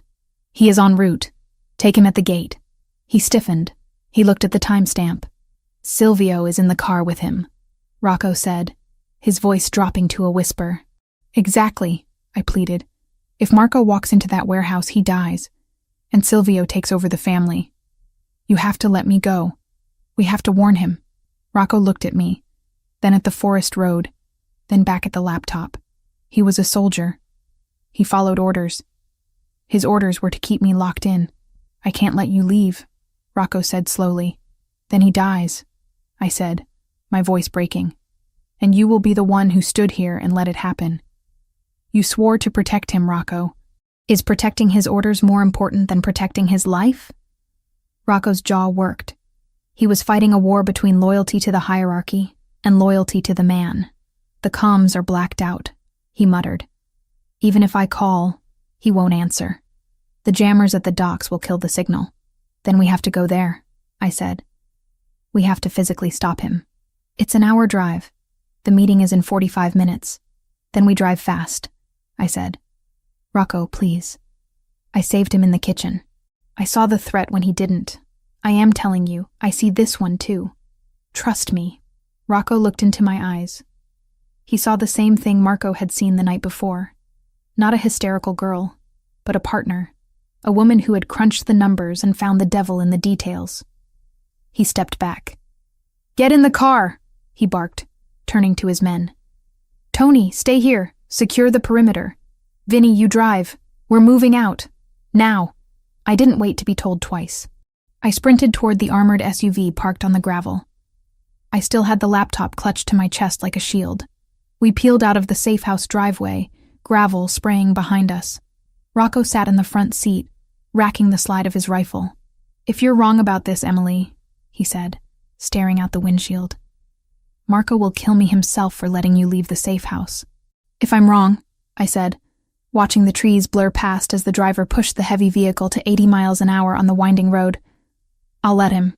But I knew I wasn't wrong. The numbers didn't lie. I stared at the digital clock on the dashboard. 11:25 a.m. 35 minutes. Marco was walking into a cage, and the man holding the key was the one he trusted most. I gripped the door handle, my knuckles white, praying that the armored engine could outrun fate. Drive faster, I whispered. We're doing 90, Signorina, the driver said, his hands tight on the wheel. Faster, I ordered, channeling every ounce of Marco's authority I had absorbed. Or we're all dead. The engine roared in response, pushing us down the mountain, racing toward the city and the betrayal waiting at the water's edge. I wasn't just the fiancé anymore. I wasn't just the asset. I was the failsafe. And I was coming for him. The speedometer on the dashboard of the armored SUV read 95 miles per hour. But it felt like we were crawling. The trees outside were a blur of green and gray, smeared by the speed and the vibration of the heavy chassis, fighting against the winding mountain road. Inside the cabin, the air was thick with tension and the smell of gun oil. I sat in the back seat, clutching the laptop to my chest as if it were a life preserver. My knuckles were white, my breathing shallow. Every time the driver, Vinny, took a corner too sharp, I braced myself against the door, praying the tires would hold. Rocco, I said, my voice cutting through the roar of the engine. How far? Rocco was in the passenger seat, his massive frame hunched over a radio that was spitting out nothing but static. He looked back at me, his face grim. 30 minutes out, if traffic holds. We don't have 30 minutes, I whispered, looking at the clock. 11:35 a.m. Marco was walking into the warehouse at noon. 25 minutes. Try him again, I ordered. Rocco sighed, a sound of frustration that rumbled in his chest. I've tried the main line, the backup, and the encrypted channel. It's dead air, Signorina. They're jamming the signal radius around the docks, just like you said they would. The confirmation brought no satisfaction, only a cold dread that settled in my stomach like a stone. I had been right. The numbers hadn't lied. Silvio was orchestrating a massacre, and Marco, brilliant, dangerous, terrifying Marco, was walking into it blind because he trusted the man standing at his shoulder. Can we go faster? I asked Vinny. I'm pushing a 6-ton vehicle down a 2-lane road, ma'am, Vinny said, his eyes glued to the asphalt. Any faster and we go off the cliff. I looked out the window at the sheer drop on my right. The ravine was deep, swallowed by the forest. I didn't care. Just get us there. I opened the laptop again, staring at the frozen screen of the email draft. He is en route. Take him at the gate. It was a death warrant signed with a digital initial. I traced the screen with a trembling finger. I had spent my life organizing files, balancing budgets, and managing schedules. I had never imagined that my ability to spot a discrepancy in a ledger would be the only thing standing between a man and a bullet to the back of the head. "Rocco," I said, needing to distract myself from the ticking clock. "Silvio, how long has he been with the family?" Rocco didn't turn around this time. He kept his eyes on the road, scanning the tree line. 20 years. He served Marco's father. He taught Marco how to shoot. He is family. Why? I asked. Why would he do it? The money? Money is part of it, Rocco grunted. But usually it's power. Silvio was passed over when the old man died. He thought he should have been boss until Marco was ready. Maybe he got tired of waiting. He sold him for $250,000, I said, the disgust bitter in my mouth. That's the price of loyalty. Judas did it for 30 pieces of silver, Rocco muttered. Inflation hits everyone. The car swerved violently to the left, throwing me against the door. Watch it, Rocco barked. There's a truck, Vinny shouted, wrestling with the steering wheel. Blocking the lane. I looked up. Ahead of us, the road narrowed as it curved around a massive rock face. A heavy-duty delivery truck was parked sideways across both lanes, completely blocking the path. It's a roadblock, Rocco shouted, reaching for the assault rifle mounted on the dash. Reverse! Vinny, reverse! But it was too late. From the wooded ridge above us, a streak of light flashed. A rocket-propelled grenade. It didn't hit the car directly. It struck the asphalt 10 feet in front of the bumper. The explosion was deafening, a concussion that rattled my teeth and shattered the world into fire and smoke. The front of the SUV lifted off the ground. I screamed as gravity failed. The heavy vehicle was thrown backward like a toy, spinning out of control. We slammed into the guardrail. The metal shrieked, a horrible tearing sound, and then gave way. We were falling. The world became a washing machine of violence. The car rolled down the embankment, crushing trees, slamming against boulders. Glass shattered, metal crumpled. I was thrown against the ceiling, then the floor, the seatbelt cutting into my chest like a wire. The laptop flew out of my hands, becoming a projectile. Marco. The name was the only coherent thought in my mind as the darkness spun around me. The car came to a stop with a bone-jarring thud. We were upside down. Silence. For a long moment, there was only the hiss of steam from the ruptured radiator and the sound of my own ragged breathing. I hung suspended in the harness, blood rushing to my head. My vision was swimming with black spots. Rocco? I croaked. Vinny? No answer from the driver's seat. I twisted my head, pain shooting down my neck. Vinny was slumped over the wheel, his neck at an unnatural angle. He was gone. Signorina. The voice was weak, coming from below me, which was actually the roof of the car. Rocco had cut himself loose. He was crawling through the debris of the shattered windshield. I'm here, I gasped, fumbling for the buckle of my seatbelt. My hands were shaking so badly I couldn't work the mechanism. I'm stuck. Hold on. Rocco dragged himself into the back compartment. His face was a mask of blood. A deep gash ran across his forehead, blinding one eye, and his left arm hung uselessly at his side. He pulled a knife from his boot with his good hand. Don't move, he wheezed. He slashed the belt. I dropped onto the roof of the car, landing in a pile of shattered glass. I cried out as a shard sliced into my palm, but Rocco grabbed my tactical vest and hauled me toward the broken window. We have to move, he said, his voice wet. They're coming down the hill to check the kill. We scrambled out of the wreckage into the damp earth of the ravine.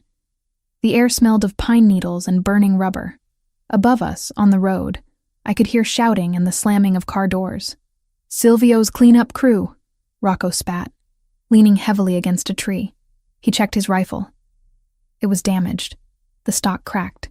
He pulled a handgun from his hip holster instead and handed it to me. I stared at the weapon. It was heavy, cold, and terrifying. I don't know how to use this, I whispered. Point and pull, Rocco said. Safety is off. Take it. I took the gun. My hands were trembling violently. Go, Rocco ordered, pointing deeper into the woods, away from the road. Head south. Follow the creek. It leads to the highway. I'm not leaving you, I said, seeing the way he was swaying. You're hurt. I'm dead, Emily, he said, using my name for the first time. He looked down at his side. A piece of shrapnel from the explosion had pierced his vest. The dark stain was spreading fast. I just need to buy you 5 minutes. No, I sobbed, shaking my head. No, we go together. Marco will fix this. He always fixes it. Marco isn't here, Rocco said softly. You are. You're the failsafe, remember? A branch snapped nearby, heavy boots crunching on dry leaves. They were close. Go, Rocco roared, shoving me hard. Run! I stumbled back, tears blurring my vision. Rocco turned toward the slope, raising his weapon, positioning himself behind the wreckage of the SUV to create a choke point. Hey! Rocco shouted up the hill, his voice booming with defiance. Is that you, Tony? You traitorous piece of shit! Come down here and face me! Gunfire erupted from the ridge. Rocco returned fire, calm and steady, drawing their attention, drawing their hate. I turned and ran. I ran blindly through the underbrush, branches whipping my face, tearing at my clothes. I slipped on wet moss, scrambled up, and kept running. Behind me, the rhythmic pop, pop, pop of the handgun was drowned out by the roar of automatic weapons. Then, silence. I stopped, clutching a birch tree for support, my chest heaving so hard I thought my ribs would crack. The silence was worse than the noise. It meant Rocco was gone. It meant the shield was broken. I was alone in the woods with a gun I didn't know how to shoot, and a hit squad on my tail. But I wasn't just running for me. I checked the time on my burner phone, which had miraculously survived in my pocket. 11:50 a.m. 10 minutes. I had no signal here in the ravine. I needed high ground. I looked up the slope on the other side of the creek. It was steep, rocky. I scrambled up, clawing at roots and dirt, my fingernails breaking, my knees scraping against stone. I didn't feel the pain. I only felt the ticking clock. I reached the top of the ridge. I gasped for air, pulling the phone out. 1 bar of service. Please, I whispered to the universe. Please. I dialed Marco. It rang. 1 ring, 2 rings. Come on, come on. Voice command, the automated operator stated. Please leave a message. Voicemail. The jammers were working, or he was already inside. I ended the call and dialed again. I started running along the ridge, trying to find a better signal, trying to get closer to the cell tower I could see in the distance. Below me, to my left, I heard a shout. There, on the ridge, red hair. They had spotted me. Bullets zipped through the leaves around me, snapping branches. I didn't look back. I just ran. I dialed again. Ring. Ring. Click. This is Marco. It wasn't a live answer. It was his recording. Cold. Professional. Damn it! I screamed. I was about to hang up when the phone beeped. The call connected. Not to voicemail. To the line. Marco? I shouted. Marco. Static. A hiss of white noise. Then a faint voice. Signal is spotty here, Silvio. You sure this is the place? He had answered. Or the phone had auto-answered in his pocket. Or maybe the jammer was intermittent at the gate. Marco!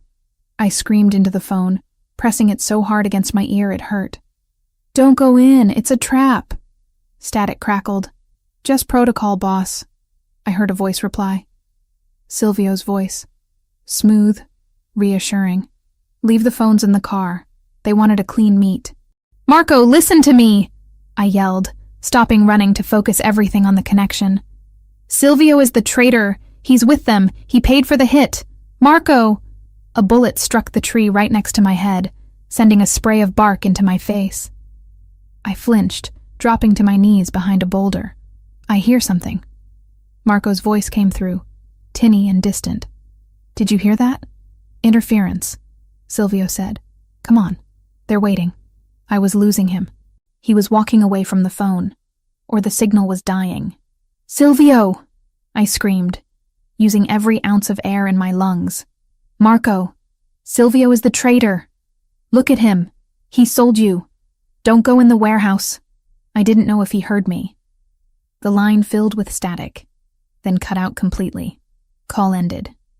I stared at the screen. 11:58 a.m. Those next few minutes smeared into a blur. More sensation than memory. Time leaking out between heartbeats until noon felt less like a number and more like a weight pressing down on my chest. I had done everything. I had found the leak. I had convinced Rocco. I had survived a crash. I had run through a forest, and I still didn't know if it was enough. A shadow fell over me. I spun around, raising the gun Rocco had given me, but I was too slow. A boot kicked the weapon from my hand, sending it skittering over the edge of the cliff. I looked up. 3 men stood over me, dressed in tactical gear, their faces covered by balaclavas. The logo on their vests wasn't police. It wasn't Ravellini. It was a snake coiled around a dagger. "'Ndrangheta. She's the one,' the lead man said, his voice muffled. "Silvio said to bring her alive if possible. He wants to use her as leverage if the boss survives the initial volley." I scrambled back, but my back hit a rock. There was nowhere to go. "Don't touch me," I snarled, channeling every bit of rage I had left. "You have no idea what you've done. Marco will kill every single one of you," the man laughed. He reached down and grabbed a fistful of my hair, hauling me to my feet. I cried out, clawing at his gloves, but he was too strong. "Marco is dead, sweetheart," he hissed in my ear. "Or he will be in about 2 minutes. And you? You're the consolation prize." He dragged me toward the trees where a black van was waiting on a logging road I hadn't seen. "Let me go," I kicked out, connecting with his shin. But he didn't even flinch. He punched me hard in the stomach. The air left my lungs. I doubled over, retching. "Bag her," he ordered. Rough hands grabbed my arms. A canvas hood was shoved over my head, plunging me into darkness. I smelled stale sweat and burlap. "Throw her in the back. We need to get to the extraction point." I was lifted off my feet and tossed like a sack of garbage onto a metal floor. The doors slammed shut. The engine roared to life. I lay there in the dark, gasping for breath, my ribs aching, my palm bleeding. Tears hot and angry streamed down my face. Rocco is dead. Vinny is dead. Marco. I clamped my mouth shut, refusing to finish that thought. Marco wasn't dead. He couldn't be. He was the smartest man I knew. He was a survivor. But doubt, cold and insidious, crept in. I had heard Silvio's voice. They were walking away from the car. Had he heard me? Had the signal cut out before I screamed Silvio's name? The van lurched forward, bouncing over the rough terrain. I was a prisoner again. A pawn in a game I had tried so hard to master.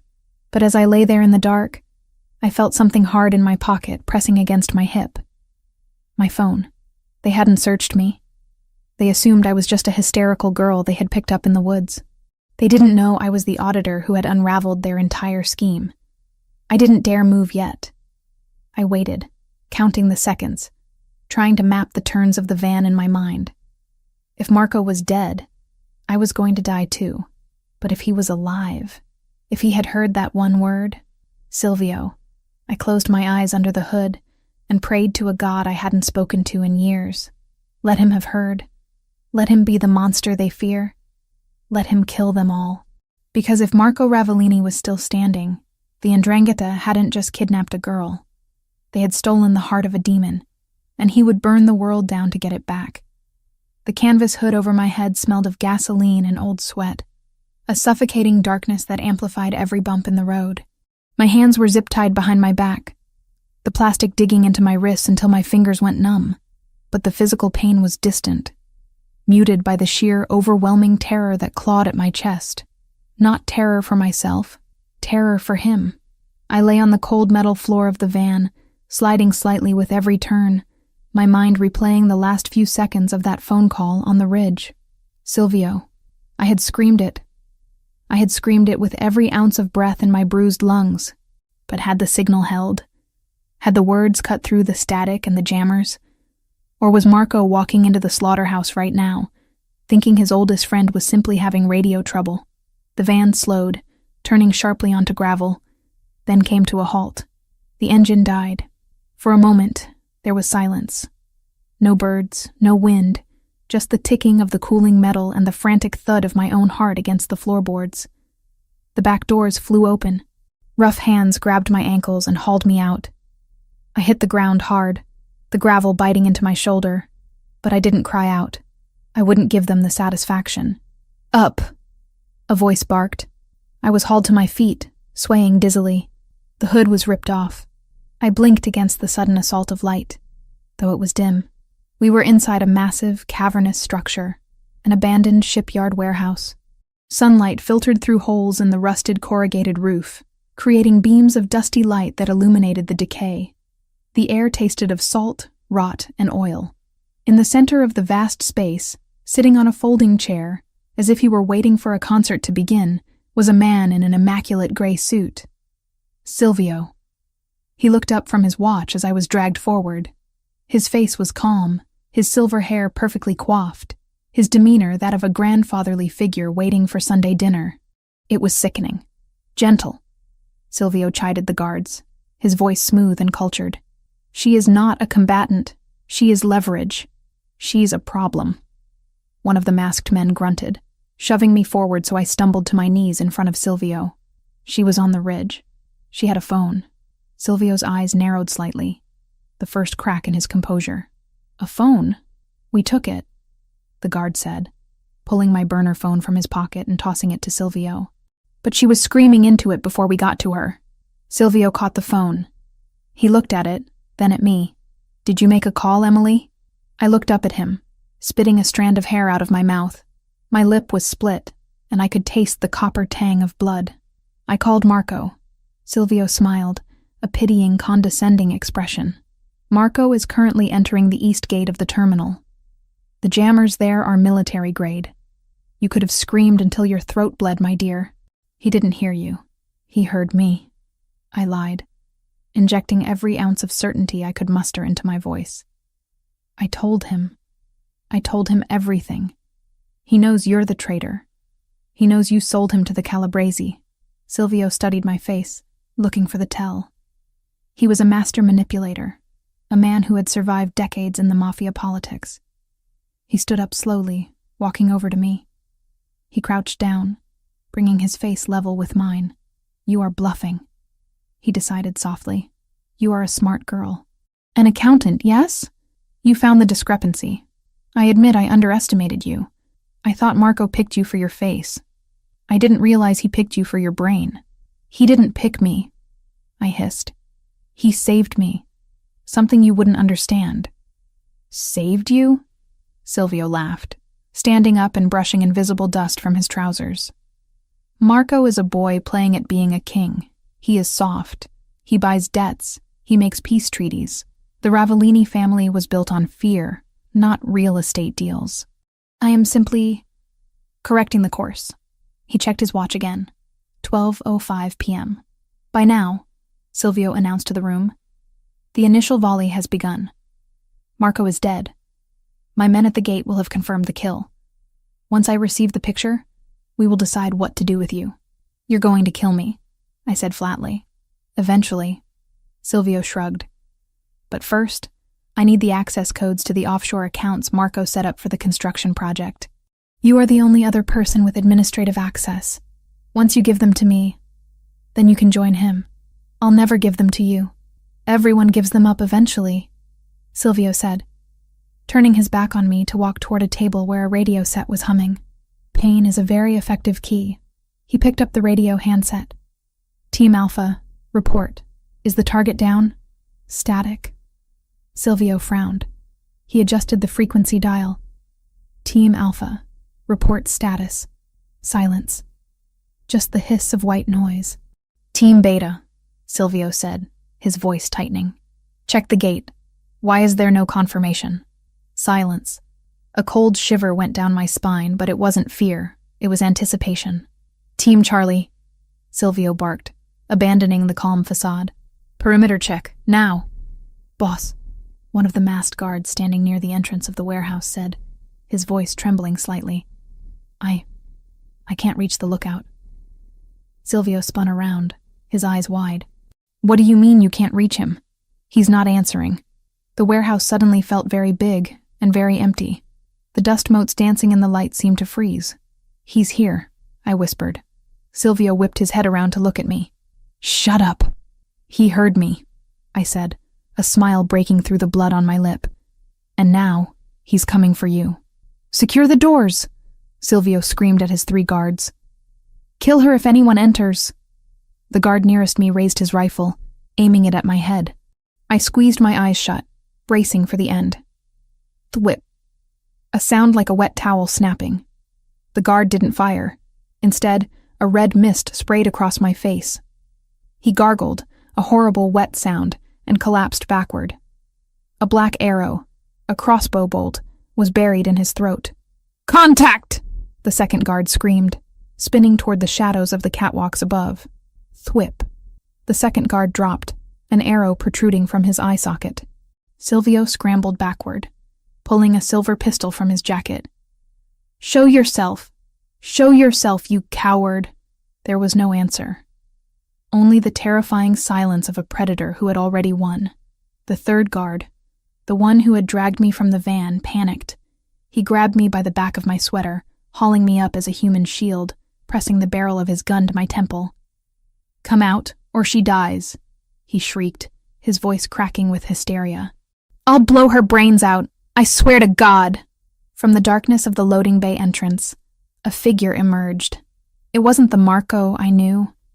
It wasn't the man in the bespoke suits or the tuxedo. This was a shadow made flesh. He moved with a terrifying, fluid silence. He was covered in grime, his shirt torn, a smear of blood on his cheek that wasn't his. In his hand, he didn't hold a gun. He held a tactical knife, the blade black and non-reflective. He stopped 20 feet away. He didn't look at Silvio. He didn't look at the dead men. His eyes, black, empty voids of pure violence, were locked on the man holding the gun to my head. Let her go, Marco said. His voice wasn't a shout. It was a whisper that carried across the warehouse like a funeral bell. Stay back, the guard yelled, pressing the gun harder against my skin. Drop the knife. Drop it. Marco tilted his head slightly. You are shaking, Carlo. Your finger is slipping on the trigger. If you fire, you miss the kill shot. And if you miss the kill shot, I will peel the skin from your bones while you are still conscious. The guard, Carlo, was shaking. Marco's psychological warfare was hitting him hard. Silvio, Carlo pleaded, looking at his boss. Do something. Silvio was backed against the table, his gun pointed at Marco, but his hand was trembling. Shoot him, you idiot! Shoot him! No, Marco said. He took a step forward. I said stop, Carlo screamed. Marco moved. It was faster than thought. He didn't run. He exploded into motion. He threw the knife. It was an impossible throw. 20 feet. A moving target. A hostage in the way. The blade buried itself in Carlo's shoulder, right in the nerve cluster. The arm holding the gun to my head went instantly dead, the weapon clattering to the floor. I dropped to the ground, rolling away as Marco closed the distance. Carlo tried to reach for his sidearm with his other hand, but Marco was there. Marco didn't slow down. He slammed a knee into Carlo's chest, shattering ribs, and then delivered a single brutal strike to the throat. Carlo fell, choking, dying before he hit the ground. Marco stood over him for a second, then turned slowly to face Silvio. Silvio was the only one left. He stood by the table, his silver pistol raised, aiming at Marco's chest. But he didn't fire. He looked at Marco, and I saw something break in his eyes. He saw the monster he had helped create, and he knew he couldn't kill it. Marco, Silvio whispered.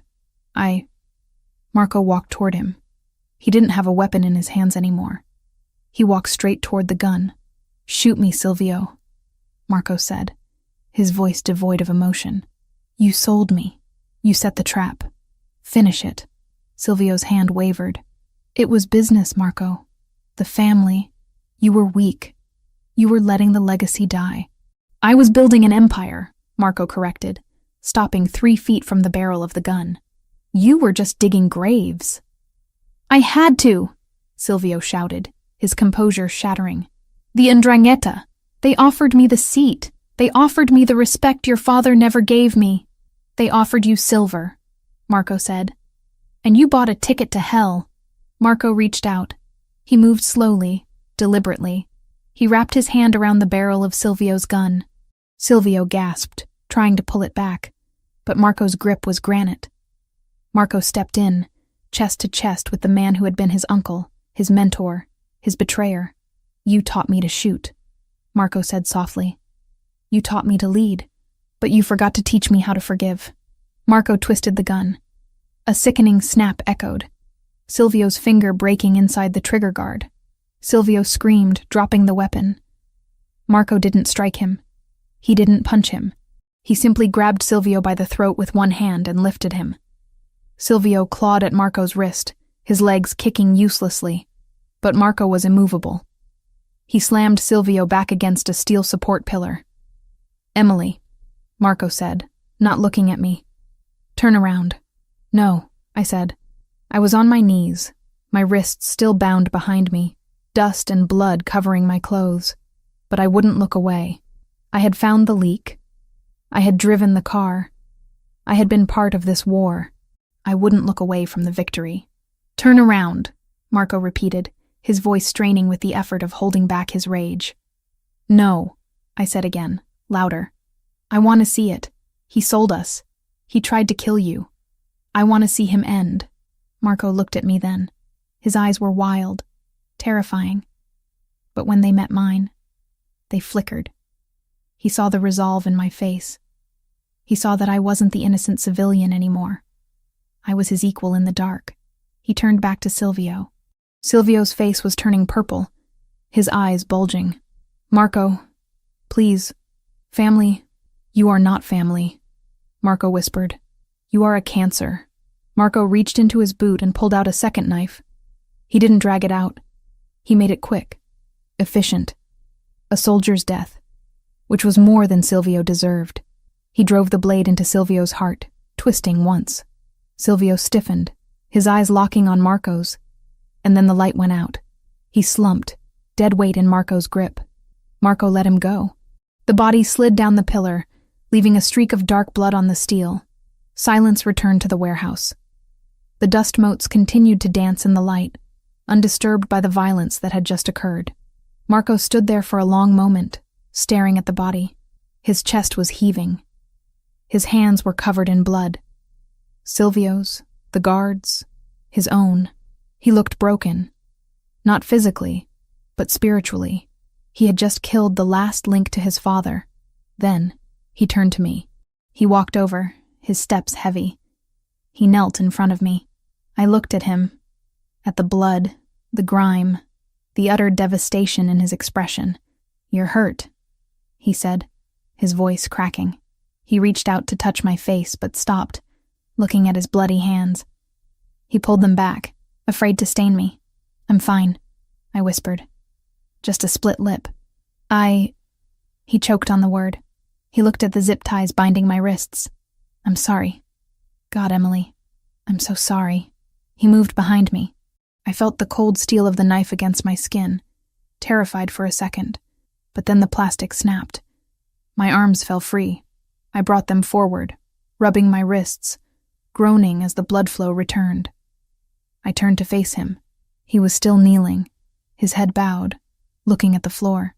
You should run, he said, his voice hollow. Take the van. Go. Don't go back to the penthouse.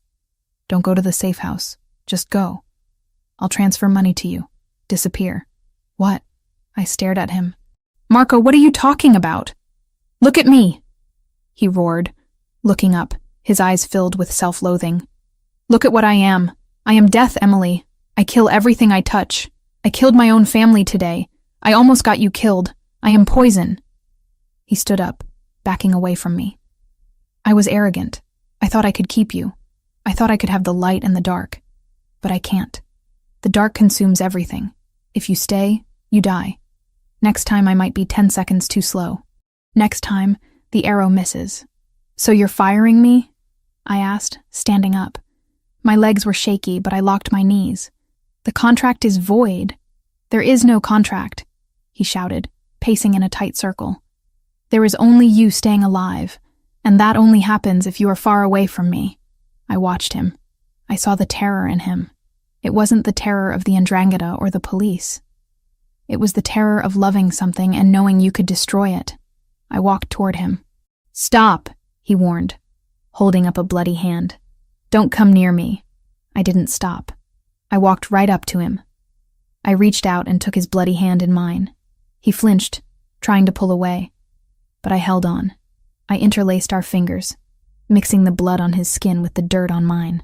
You're right, I said. You are dangerous. You are violent. You just killed 4 men in front of me, Emily, but you didn't kill me, I said, stepping closer, pressing my body against his ruined shirt. You came for me. You walked into a trap because you heard my voice. You stripped the skin off your life to save mine. I reached up with my other hand and cupped his jaw, forcing him to look at me. I called you, I whispered, on the ridge, when the guards were coming. I didn't call the police. I didn't run away. I called you. Do you know why? Marco stared at me, his breathing ragged, tears cutting tracks through the grime on his face. Why? Because you are the only person who could save me, I said. And I am the only person who could save you. I looked over his shoulder at Silvio's body. You didn't kill your family, Marco. He wasn't your family. He was a traitor. I looked back at him. Family doesn't sell you. Family doesn't leave you to die in a warehouse. Family comes for you. No matter what. Marco let out a sob, a harsh, broken sound. He collapsed forward, burying his face in my neck. His arms went around me, crushing me to him, lifting me off my feet. He held me like I was the only solid thing in a disintegrating universe. I thought I lost you. He groaned against my skin. When I heard the scream on the phone, I thought I was too late. You weren't late, I said, running my fingers through his matted hair. You were right on time. He pulled back, searching my face, his eyes scanning every inch of me. I love you, he said. The words were fierce, desperate. I love you so much it hurts. I will burn the whole world before I let anyone touch you again. I know, I said. And I love you. Now, can we please get out of here? This place smells like dead traitor. Marco laughed. It was a wet, shaky sound, but it was real. He kissed me hard, tasting of blood and salt, sealing the promise between us. Let's go home, he said. He picked me up, carrying me bridal style. He stepped over the bodies of the guards, stepped over the wreckage of his past, and carried me out into the sunlight. Outside, the air was fresh. The sound of sirens wailed in the distance, the police finally responding to the chaos at the gate. But it didn't matter. We walked to the black van Silvio's men had used. Marco placed me in the passenger seat, buckling me in with shaking hands. He walked around to the driver's side. As we drove away from the docks, leaving the carnage behind, I looked at him. He was a mess. He was a killer. He was a Mafia don who had just started a war he would have to finish. But he was mine. And as I looked down at my hand, resting on the center console, still covered in the grime of the battle, I saw the diamond ring. It was dirty, scratched, but it was still there, unbroken. Marco? I asked quietly. Yeah? We're even now, I said. You saved me. I saved you. He glanced at me, a ghost of his old smirk appearing. Not quite even. I think I still owe you a wedding. I smiled, leaning my head back against the seat as exhaustion finally claimed me. Make it a big one, and make sure the security is better. For you, Piccola, he promised, taking my hand and bringing it to his lips. I'll build a fortress, and I knew he would. 2 years. It is a strange thing to measure time not in hours of fear or days of debt, but in seasons of peace. The calendar on the wall of the kitchen, a sleek, modern thing that I had picked out to replace the austere slate that used to hang there, said it was November again. The rain was hammering against the floor-to-ceiling windows of the penthouse, just as it had on the night I first stumbled through those double doors, soaking wet and terrified. But tonight, the sound wasn't a threat. It was a melody. It was the background music to a life that I had built, brick by brick, lie by lie, and finally, truth by truth. I stood by the kitchen island, swirling a glass of deep red Barolo, watching the scene in the living room. The space had changed. The cold, museum-like quality of Marco's fortress had been softened. There were throws of cashmere draped over the leather sofas. There were fresh flowers, white lilies and hydrangeas, in crystal vases on the side tables. There were framed photographs on the mantel, proof that life existed here, not just survival. And there was laughter. Lily was sitting on the rug near the fireplace, her legs tucked under her, gesturing animatedly with a piece of garlic bread. She looked older, wiser, but the shadows that had haunted her eyes 2 years ago were gone, replaced by the bright, unburdened spark of a young woman who had the world at her feet. So then Professor Holloway said my thesis on moral ambiguity in Renaissance literature was disturbingly insightful, Lily said, grinning. I told him I had good inspiration. Marco, sitting in his favorite armchair with a relaxed posture that would have been impossible for him 2 years ago, chuckled. He wasn't wearing a suit. He was wearing a charcoal sweater and dark jeans, looking less like the capo of New York and more like a man enjoying a Sunday dinner. Disturbingly insightful, Marco mused, taking a sip of his wine. I like that. Perhaps we should hire this Holloway. We need better writers for the press releases. Don't you dare corrupt my professors, Marco, Lily teased, throwing a crust of bread at him. He caught it with a reflex speed that was the only betraying sign of who he really was. He smiled, a genuine expression that reached his dark eyes. I don't corrupt, Lily. I facilitate. I watched them, a lump forming in my throat. This was the promise kept. This was the reason I had walked into the fire. Lily was graduating next week, top of her class, with a job offer from a publishing house in London already on the table. She was safe. She was happy. She knew that Marco was in construction and private security, and while she wasn't stupid, she knew there was grit beneath the polish. She didn't know the blood. She didn't know about the warehouse. She didn't know about Silvio. She didn't know that the man joking with her had killed to keep her sitting on that rug. Emily, come save me, Lily called out, spotting me. Marco is trying to convince me that Machiavelli is a romantic. He is, I said, walking over and resting my hand on Marco's shoulder. I felt him lean into my touch instantly, his hand coming up to cover mine, grounding himself. If you view power as a love language, which he does. Terrifying, Lily laughed, standing up and brushing crumbs from her skirt. But I actually have to run. The girls are throwing a pre-graduation mixer at the Ecstatic, and if I'm late, Sarah will kill me. Marco stood up. The driver's downstairs. Tony will take you. I can take an Uber, Marco. Lily sighed. The eternal argument. You take the car, Marco said, his voice leaving no room for debate, though it was gentle. It's raining, and I prefer knowing you get there dry. Fine, fine. She rolled her eyes, but she walked over and hugged him. Thank you for dinner, and for everything. The tuition, the apartment. I know I don't say it enough. Marco hugged her back, stiffly at first, then patting her back awkwardly. He still wasn't used to innocent affection, but he was learning. You earned the grades, Lily. I just paid the bills. She pulled away and turned to me, squeezing me tight. I'll see you guys at the ceremony? Front row, I promised, kissing her cheek. Be safe. Text me when you get there. Rule number 2. She mimicked my voice with a grin. Total transparency. I know. We watched her leave. The heavy door clicked shut, sealing the silence back inside the penthouse. But it wasn't the heavy, oppressive silence of before. It was a warm, shared quiet. Marco let out a long breath, running a hand through his hair. She talks a lot. Is that normal for 21-year-olds? She's happy, Marco, I said, walking around to face him. She's allowed to talk. London, he muttered, picking up his wine glass again. It's far. We don't have a strong presence in London, which is exactly why it's perfect, I said, taking the glass from his hand and placing it on the table. She gets to be Lily Foster there, just Lily, not the sister-in-law of the Ravellini family. It's what we wanted.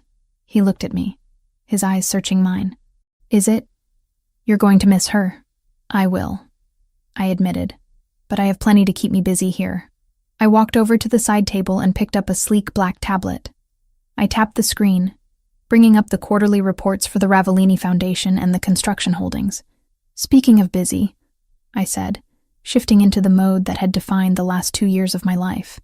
I went over the projections for the waterfront redevelopment. The unions are happy with the new contracts, but the cement suppliers are trying to gouge us on the price per ton. I flagged 3 invoices that don't match the agreed rates. Marco smirked, the predator surfacing just beneath the domestic surface. The Grecos trying to skim off the top? The Grecos, I confirmed. I already drafted a response holding payment until they rectify the billing errors. I also audited the charity gala expenses. The event planner was padding the catering budget by 15%. She's been fired, and I hired a new vendor who is vetted and actually knows how to make a risotto. Marco shook his head, looking at me with a mixture of awe and amusement. You fired the event planner? I tolerate theft from our enemies, Marco, I said, stepping closer to him, tapping his chest with the tablet. I do not tolerate theft from our own payroll. We run a tight ship. That's how we stay legitimate. That's how we stay safe. Legitimate. He repeated the word, tasting it. 2 years ago, legitimate had been a mask. Now, it was 70% of the reality. With Silvio gone and the Ndrangheta war settled in a bath of blood that I tried not to think about, Marco had consolidated power. But under my guidance, he had pivoted. We still had the shadows. There were always shadows. But the construction business, the shipping logistics, the real estate, it was clean. We were washing the blood out of the money so thoroughly that even the IRS sent us Christmas cards. Marco took the tablet from my hands and tossed it onto the sofa without looking. Marco, I protested. I spent 3 hours on those spreadsheets. The Grecos can wait until morning, he said, wrapping his arms around my waist and pulling me flush against him. And the event planner is already gone. Right now, I don't want to talk about cement or invoices. He buried his face in the crook of my neck, inhaling deeply. You smell like vanilla and rain. And you smell like expensive wine and danger, I murmured, my hands finding their way up to his shoulders, my fingers curling into the soft wool of his sweater. The danger is retired, he whispered against my skin. Though we both knew it was a lie. The danger was never retired. It was just managed. It was a sleeping dog at the foot of our bed. Is it? I asked, leaning back to look at him. He looked tired. Not the exhaustion of stress, but the good, heavy tiredness of a man who has held the world up for too long and finally found a place to set it down. The gray at his temples had spread slightly, giving him a distinguished look that made my knees weak. The city is quiet, he said. The families respect the boundaries. The police have no leads. We won, Emily. We did, I agreed. It hadn't been easy. The months after the warehouse had been a nightmare of paranoia and power plays. I had learned to shoot. Really shoot, not just point and pray. I had learned to drive evasively. I had learned which senators needed donations and which judges needed blackmail. I had become the queen on the chessboard, moving pieces to protect the king. And he had kept his promise. He had built a fortress around us. Not just of walls, but of loyalty. The men who guarded us now weren't mercenaries. They were believers. They had seen Marco walk into a trap for me, and they had seen me drive into a war zone for him. That kind of legend bought more security than money ever could. Marco turned us slowly, swaying slightly to music only he could hear, until we were facing the window. The city lay spread out below us, a grid of golden lights blurred by the rain. It looked beautiful from up here. It looked like a kingdom. Do you remember?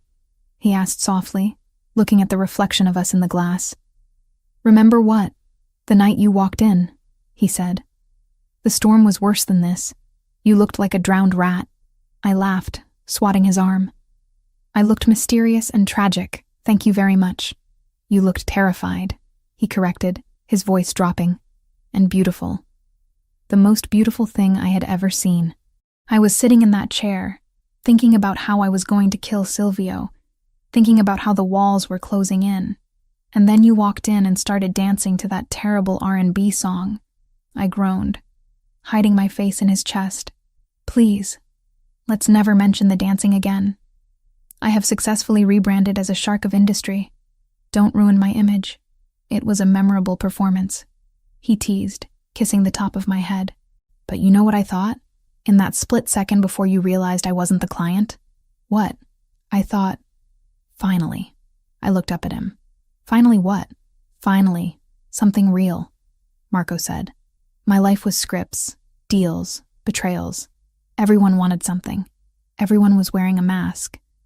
And then this girl walks in, totally incompetent at deception, wearing her heart on her sleeve, desperate to save her sister. You were so bright. It hurt to look at you. Fiam, he tightened his arms around me. I locked that door because I knew if I let you go, the darkness would come back, and I wouldn't be able to stand it anymore. You locked the door because you're a possessive control freak, I countered softly, tracing the line of his jaw. That too, he admitted with a grin. But it worked. It worked, I agreed. I looked at the ring on my finger. We had replaced the original engagement ring, the one that had been a prop, with a simple gold band on our wedding day a year ago. A private ceremony on the terrace, just us, Lily, and the ghost of Rocco, who I still missed every day. Do you regret it? Marco asked suddenly, the playfulness vanishing. Regret what? The wrong door, he said. If you had gone to Penthouse 4, if you had danced for the actual bachelor party, you would have made your $300. You would have gone home. Maybe you would have figured another way out with the debt. You would have had a normal life. No guards, no guns, no husband who has to check under the car for bombs. I pulled away slightly, looking him dead in the eye. I saw the insecurity that still lived there, deep down. The fear that he had corrupted me, that he had stolen a life I should have had. Marco, I said firmly, look at me. He looked. If I had gone to the right door, I said, I would be an administrative assistant living in a studio apartment, worrying about rent, probably dating some guy named Chad who works in marketing and thinks excitement is trying a new IPA. Marco snorted. Chad. I would be safe, I continued. I would be normal, and I would be bored out of my mind, and I would be alone. I took his hand, the hand that had killed men, the hand that had signed treaties, the hand that held me when I had nightmares about the crash. I didn't want normal, I told him. I wanted this. I wanted a partner who would burn the world down for me. I wanted to feel like I mattered, not just to a company, but to history, to us. I turned back to the window, pulling him with me so his chest was against my back again. Besides, I added, watching the rain streak down the glass, I'm pretty sure Chad wouldn't have bought me a construction company for my birthday. It's a holding company, Marco corrected automatically. For tax purposes. Romantic, I whispered. He kissed the side of my neck, sending shivers down my spine that had nothing to do with the cold. I try. We stood there for a long time, watching the storm. The world outside was chaotic, messy, and dangerous. There were still enemies. There were always enemies. The Ndrangheta was quiet, but snakes always grew back their heads eventually. The police were watching, waiting for a slip-up that I would never give them. But inside, the air was warm. The fire was crackling. My sister was safe in a car heading toward her future. My husband, the monster, the king, the love of my life, was holding me like I was the most precious thing in his vault. Hey, Marco, I asked. Do you think the staff is gone for the night? He lifted his head, listening. Maria left an hour ago. The security team is on the perimeter. We're alone. I turned in his arms, looping my hands around his neck, pulling him down until our lips were inches apart. I felt the change in him instantly, the shift from reflective to hungry. His hands slid down to my hips, gripping me tight. Good, I whispered, brushing my lips against his, because I seemed to remember a specific line you used on the night we met. Marco's eyes darkened, the gold flecks burning in the depths of the black. He knew exactly what I was talking about. A smirk played on his lips, wicked, arrogant, and devastatingly sexy. Is that so? He rumbled. I hummed. Something about a mistake. And a turn. He walked me backward until my legs hit the edge of the heavy oak dining table. He lifted me up effortlessly, setting me on the edge, moving between my knees. He looked at me with that same intensity he had in the warehouse, in the kitchen. In the first moment he saw me. "You mistook me for the stripper," he quoted, his voice a low growl that made my toes curl. He reached up and unzipped the back of my dress, the sound loud in the quiet room. "Now," Marco whispered, claiming my mouth with a kiss that tasted of wine, rain, and forever. "My turn." I kissed him back, pouring everything I had into it. The fear, the relief, the love, the power. I wasn't the girl who had knocked on the wrong door. I was the woman who had kicked it down and claimed the castle. And as the storm raged on outside, I knew one thing with absolute certainty. I was exactly where I belonged.